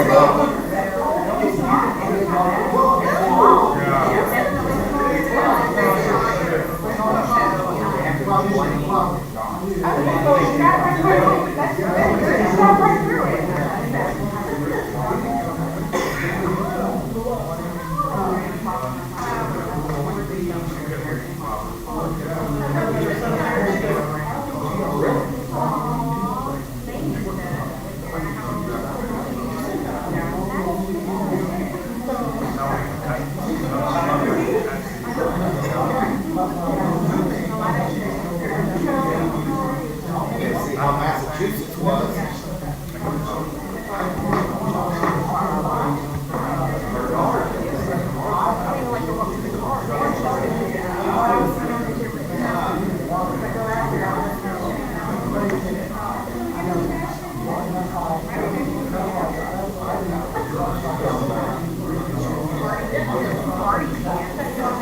How to go to competitors. Oh, wow.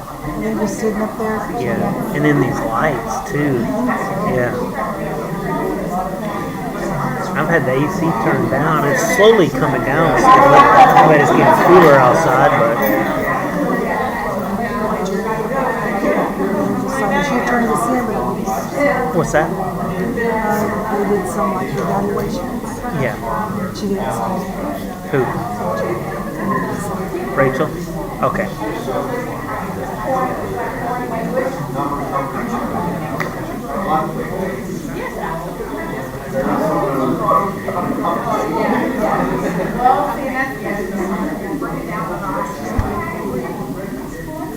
They told us not to sign.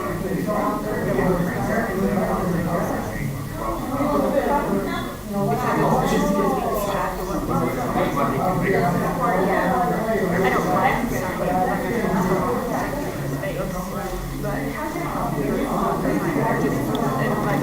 That way you were going to. So we were going to do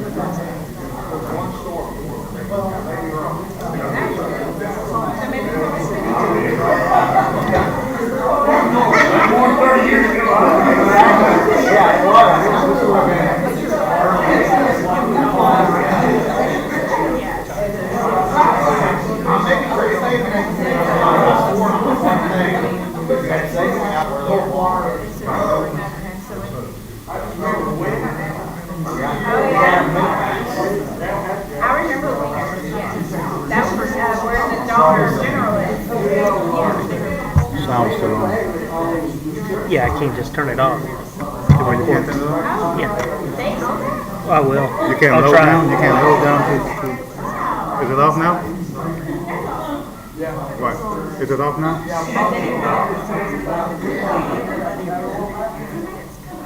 It's off.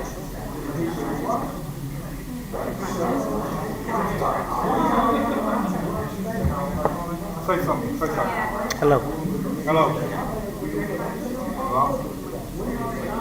Does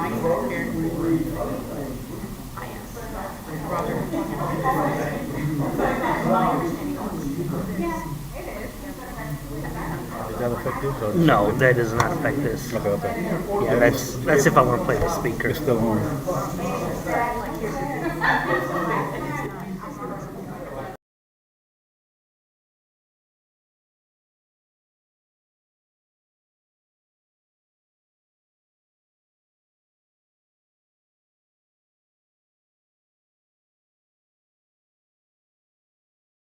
Yeah, okay. I appreciate it.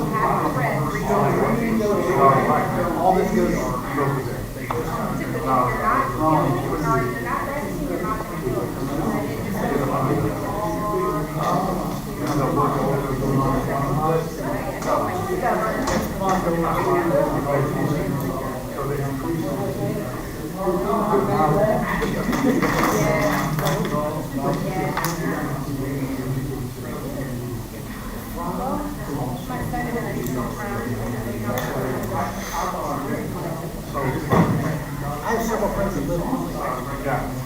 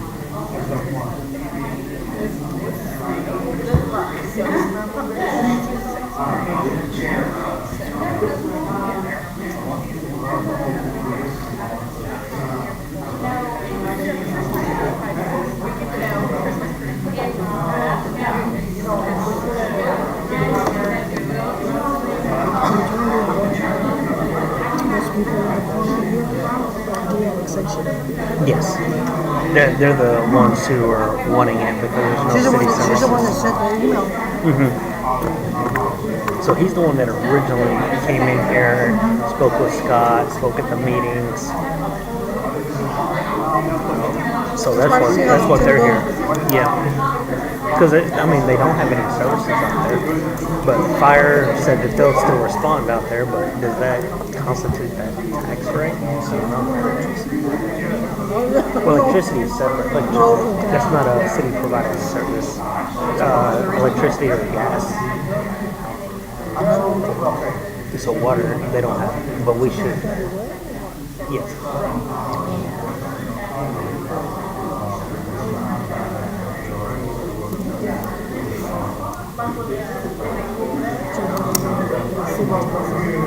They do right now, but they correct.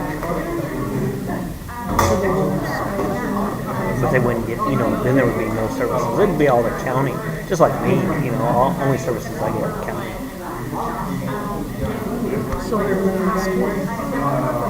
Yeah, everybody pays school taxes. Yeah, no. I pay school taxes too, Yeah, anybody that's inside the district area pays the taxes for that. So the people within the city, they pay CISD, Liberty County, and Cleveland taxes. So it's a lot, and I understand, if they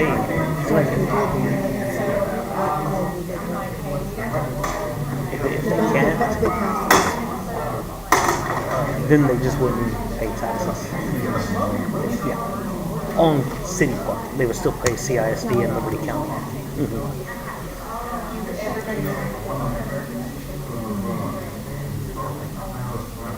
Like this little game. I'll do it again. No, it's fine. I've talked. I just like this little thing.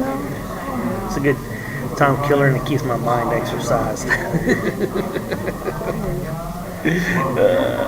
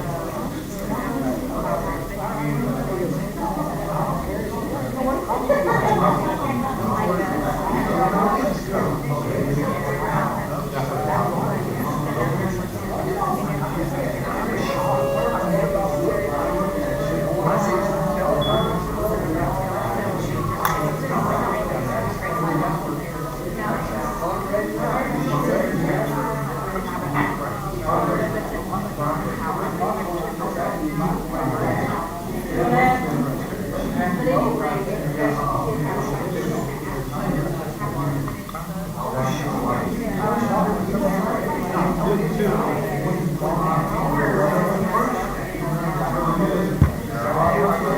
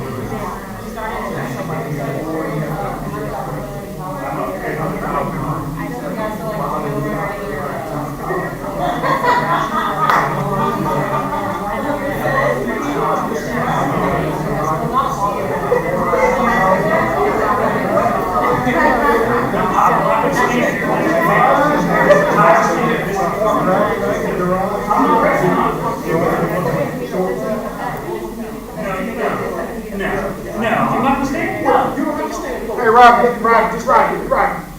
This has already been discussed. It's been discussed with you multiple times. Yes. Multiple department heads have talked to you about the same thing. No, they have not. They have not.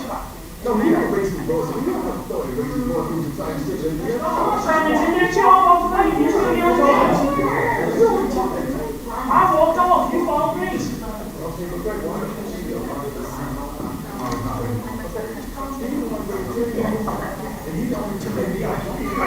I should have known. I actually put confidence in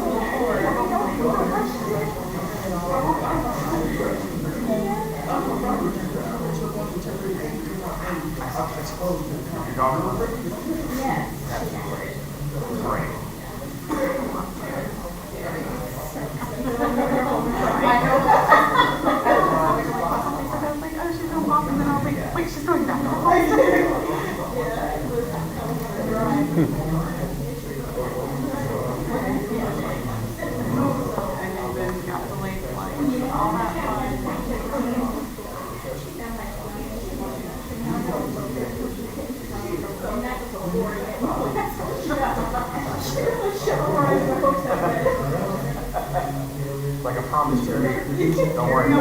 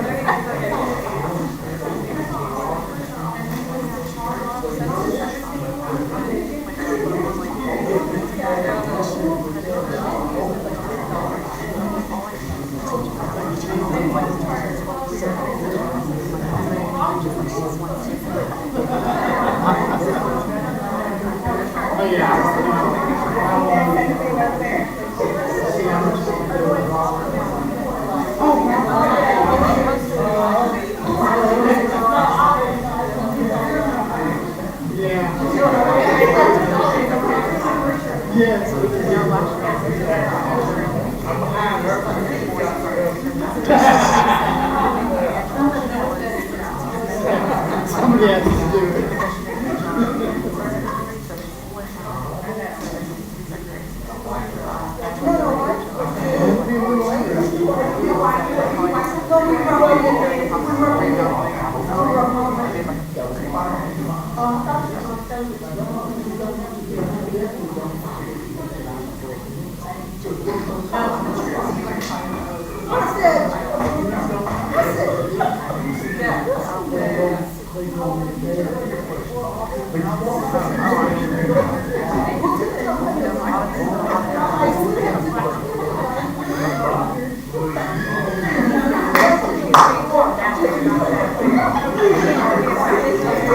Thank you.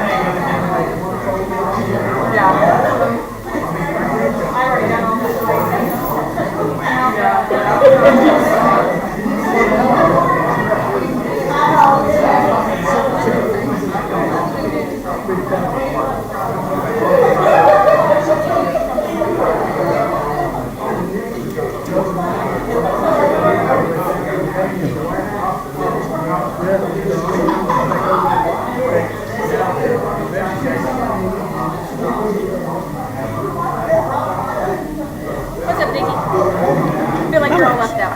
Oh no, I'm good. You're good. Getting ahead of my game. Yeah. Exercising my brain. I play with wooden blocks, not words. Yeah, I have that one too. You have that one? Yeah, this one. Sort Daily challenge. It's kind of like you got to build. Yeah, like a Tetris thing. Yes, exactly. I think mine's a little bit different, but I downloaded it forever ago. Oh, okay. Yeah. Those are the only two that I play. Yeah, I don't get into the other ones, but these two are I find really exciting. Welcome back to overtime. Right? Gosh.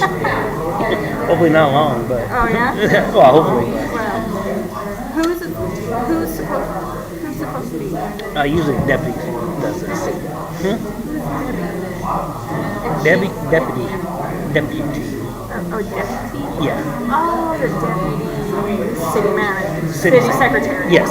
And do we have one? No. No, at the time, yeah, we're It's Alex, right? correct. And now she's interim. Mhm. So when y'all hire, Mhm. then she'll be back. You'll be back as your deputy. Yeah, that's the way it works. Yeah. Okay. Looks over and looks at it. Acts like he's looking in there, he's looking over here, he's looking in there, looks over here, shuts it, just saying back out.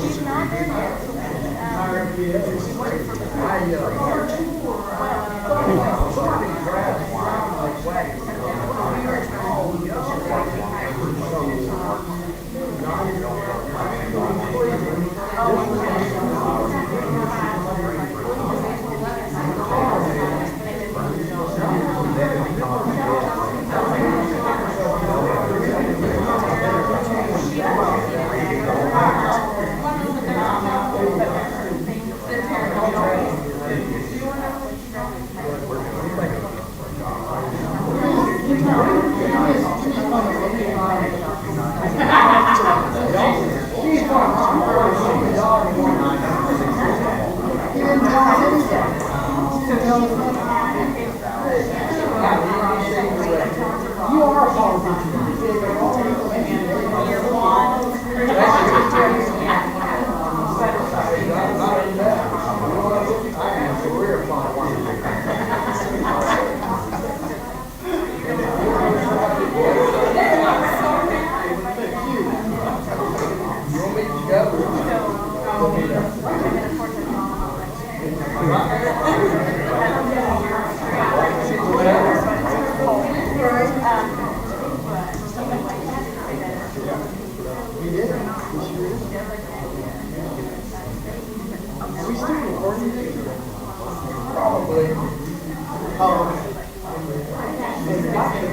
Yeah, you have to record. Yeah. Pause now, pause. It's on pause, right? No, well, just telling the public that the board's in executive session. They can't hear us. Should be.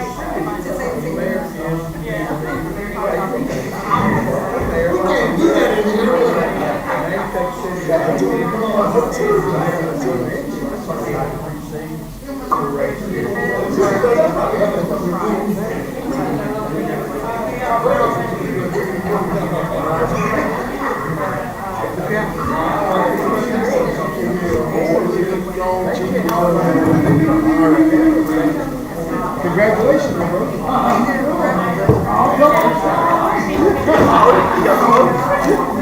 Not yet, yeah, exactly.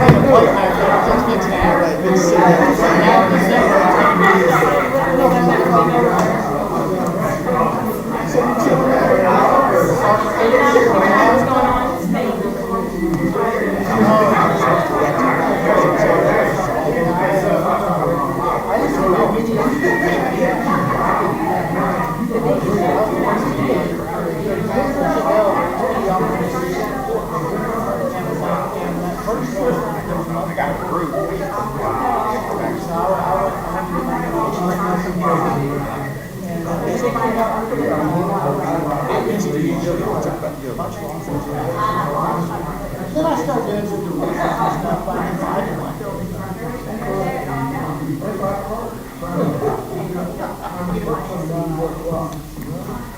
Let's talk about building, okay?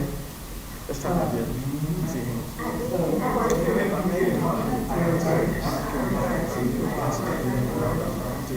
She said I could be purchased by like a Marguerite. So you can't have a dressing room, you have a dressing room.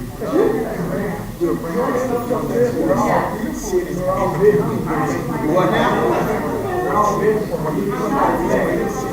In the county. You can have Joe Dad and say, how will we need about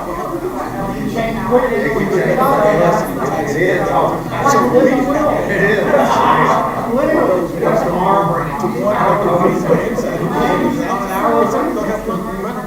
So we have to make it livable inside. Is that outside too? I'm not great. I don't think I've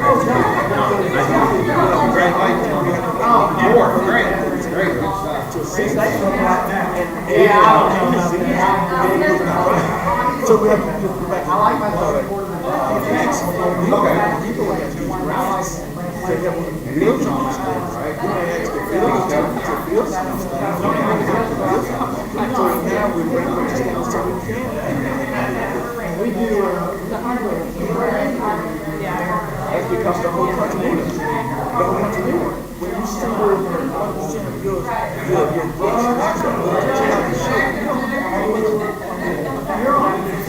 so we're not going to regulate. You know that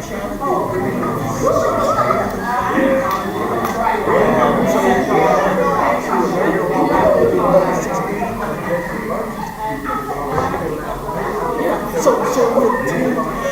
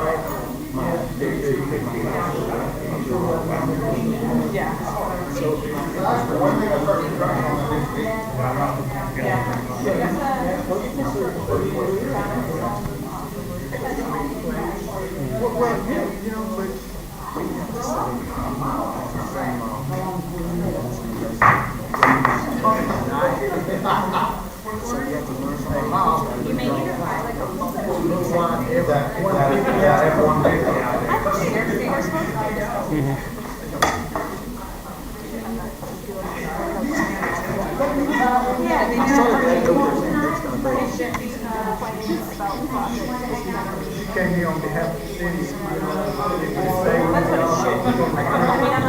I got another. I've seen some of that things. I'm weighing my options down here. I want to go to Tennessee. Yeah, I thought we were hiring for a salesperson down in Asheville. I could send it. Asheville. Yeah, that's when I had. I flew to Asheville here once. So we must understand. Right. My flight is 2 hours and 10 minutes. That's what it said on the website. I usually drive. This is the first time I'm flying. It takes me 3 hours and 45 minutes. No, that's from leaving my house. It's a major problem, especially when it's Okay. That's the problem with commercial flights. By the time you leave your house, by the time you land and get out of the plane, you say,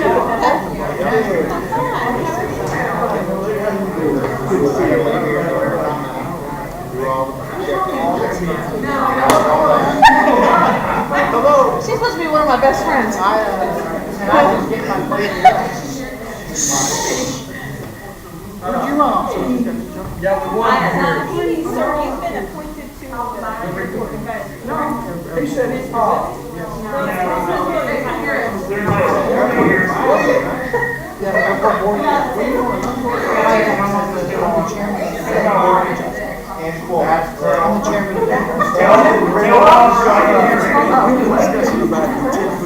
Yes, what we did with, we have a friend who has a build the carport inside the home, 7 feet.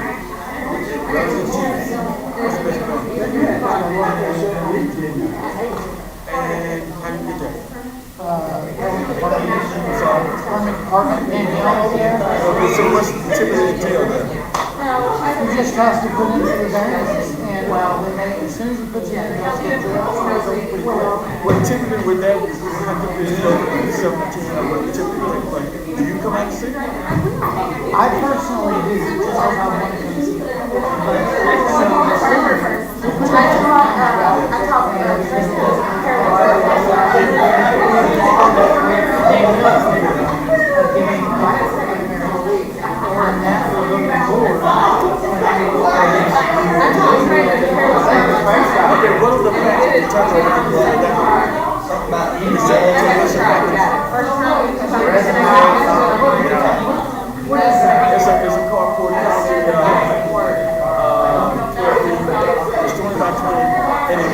what you set up, you told us. So you got 7 people.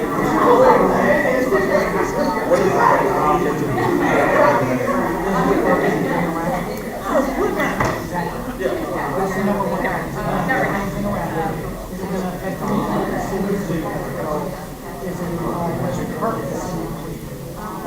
Because it's in the city, correct? Yeah, does it cost more? Yeah. So that's the main thing. It costs no harm. In fact, the wheels are ground, been over there for 20 years, it affects nothing. Well, the conversation. And does it affect the neighbors? Does it hurt them? The whole wood line is 50 years old ground. Until he done something, it was so you by 20 by 20, I think you're right.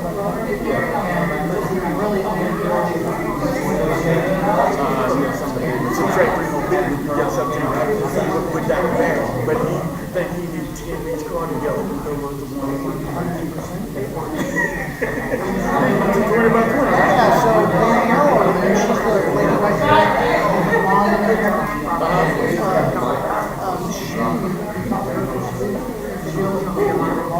Okay, give me your name one more time. My name is John. John Lee. And she can talk to you about how to do it. Hey, Mr. Green, give me your number one more time.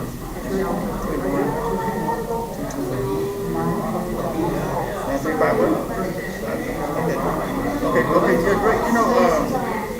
You know, my daughter is kind of removed forward. When you talk about this business change, you really get it, right? It's don't be a child when you start becoming real shit. You got to see what's making good comments. What's going to tell him when you leave it. What's like they'll be but we have to get that to the and yield results. We must do that. And that was something I used to tell you. We have opportunities to sit more than 5 years about a parameter approach to fix our high school. We have to buy too much stuff. They're shelling the house out of $169 because of electric. And now it's taking life. And even after that fact, we've got nothing. We're continuing to come my ass away.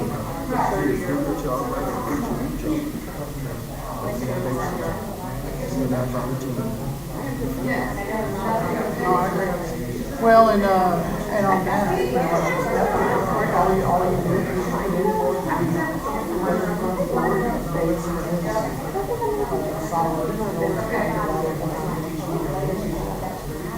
typically, what kind of timeline you talking about? He puts in the variant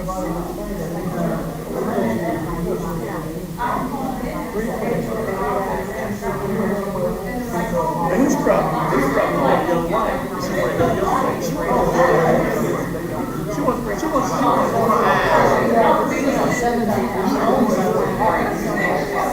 no, he don't own the neighbor property. But that 7 foot is going on. No, the 7 feet is the space between his carport and the home. Oh. And the property. That's open. He don't have any tenant. There's nothing on that. He don't know. He don't know. He don't own it. It's 50 years old. He's been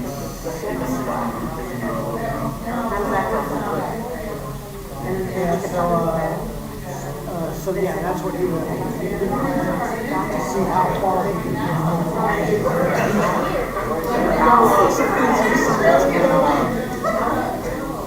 I got right here in my home the load, General Land.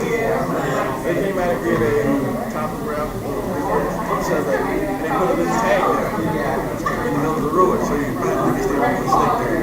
And it seems like my fence is maybe 6 feet inward. And I want to put up a 20 by 20 there, but I think, I still got the room within the fence. They just put my fence 6 foot over USDA. So I don't think I'm going to have a fence within that time. That's like,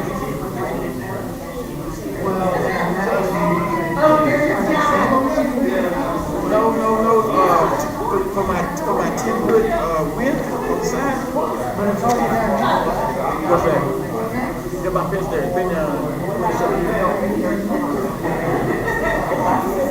But the problem is I'm 7 feet short of my property lines. Yeah, so if you want to move it, she's probably. The city would let me do whatever my property lines say. You know what I'm saying? But I'm saying, my fence is 7 feet short. I only want to go 3 feet off my fence to get my 2 and 10. And then, so do I draw a diagram out or something? Sit that yellow? Okay, good. All right there.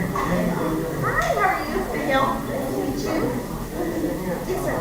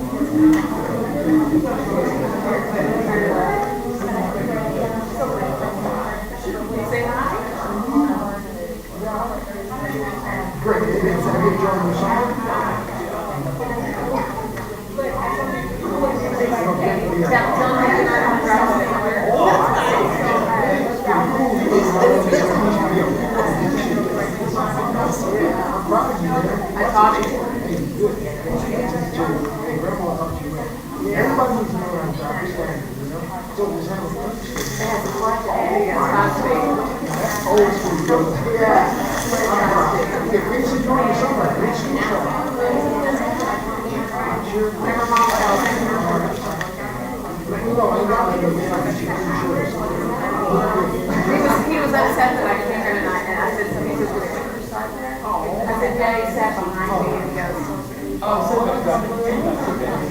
right, good Good to see you. Good talking to you. Come see me. Your daughter brought us very pretty. You taught her well, right?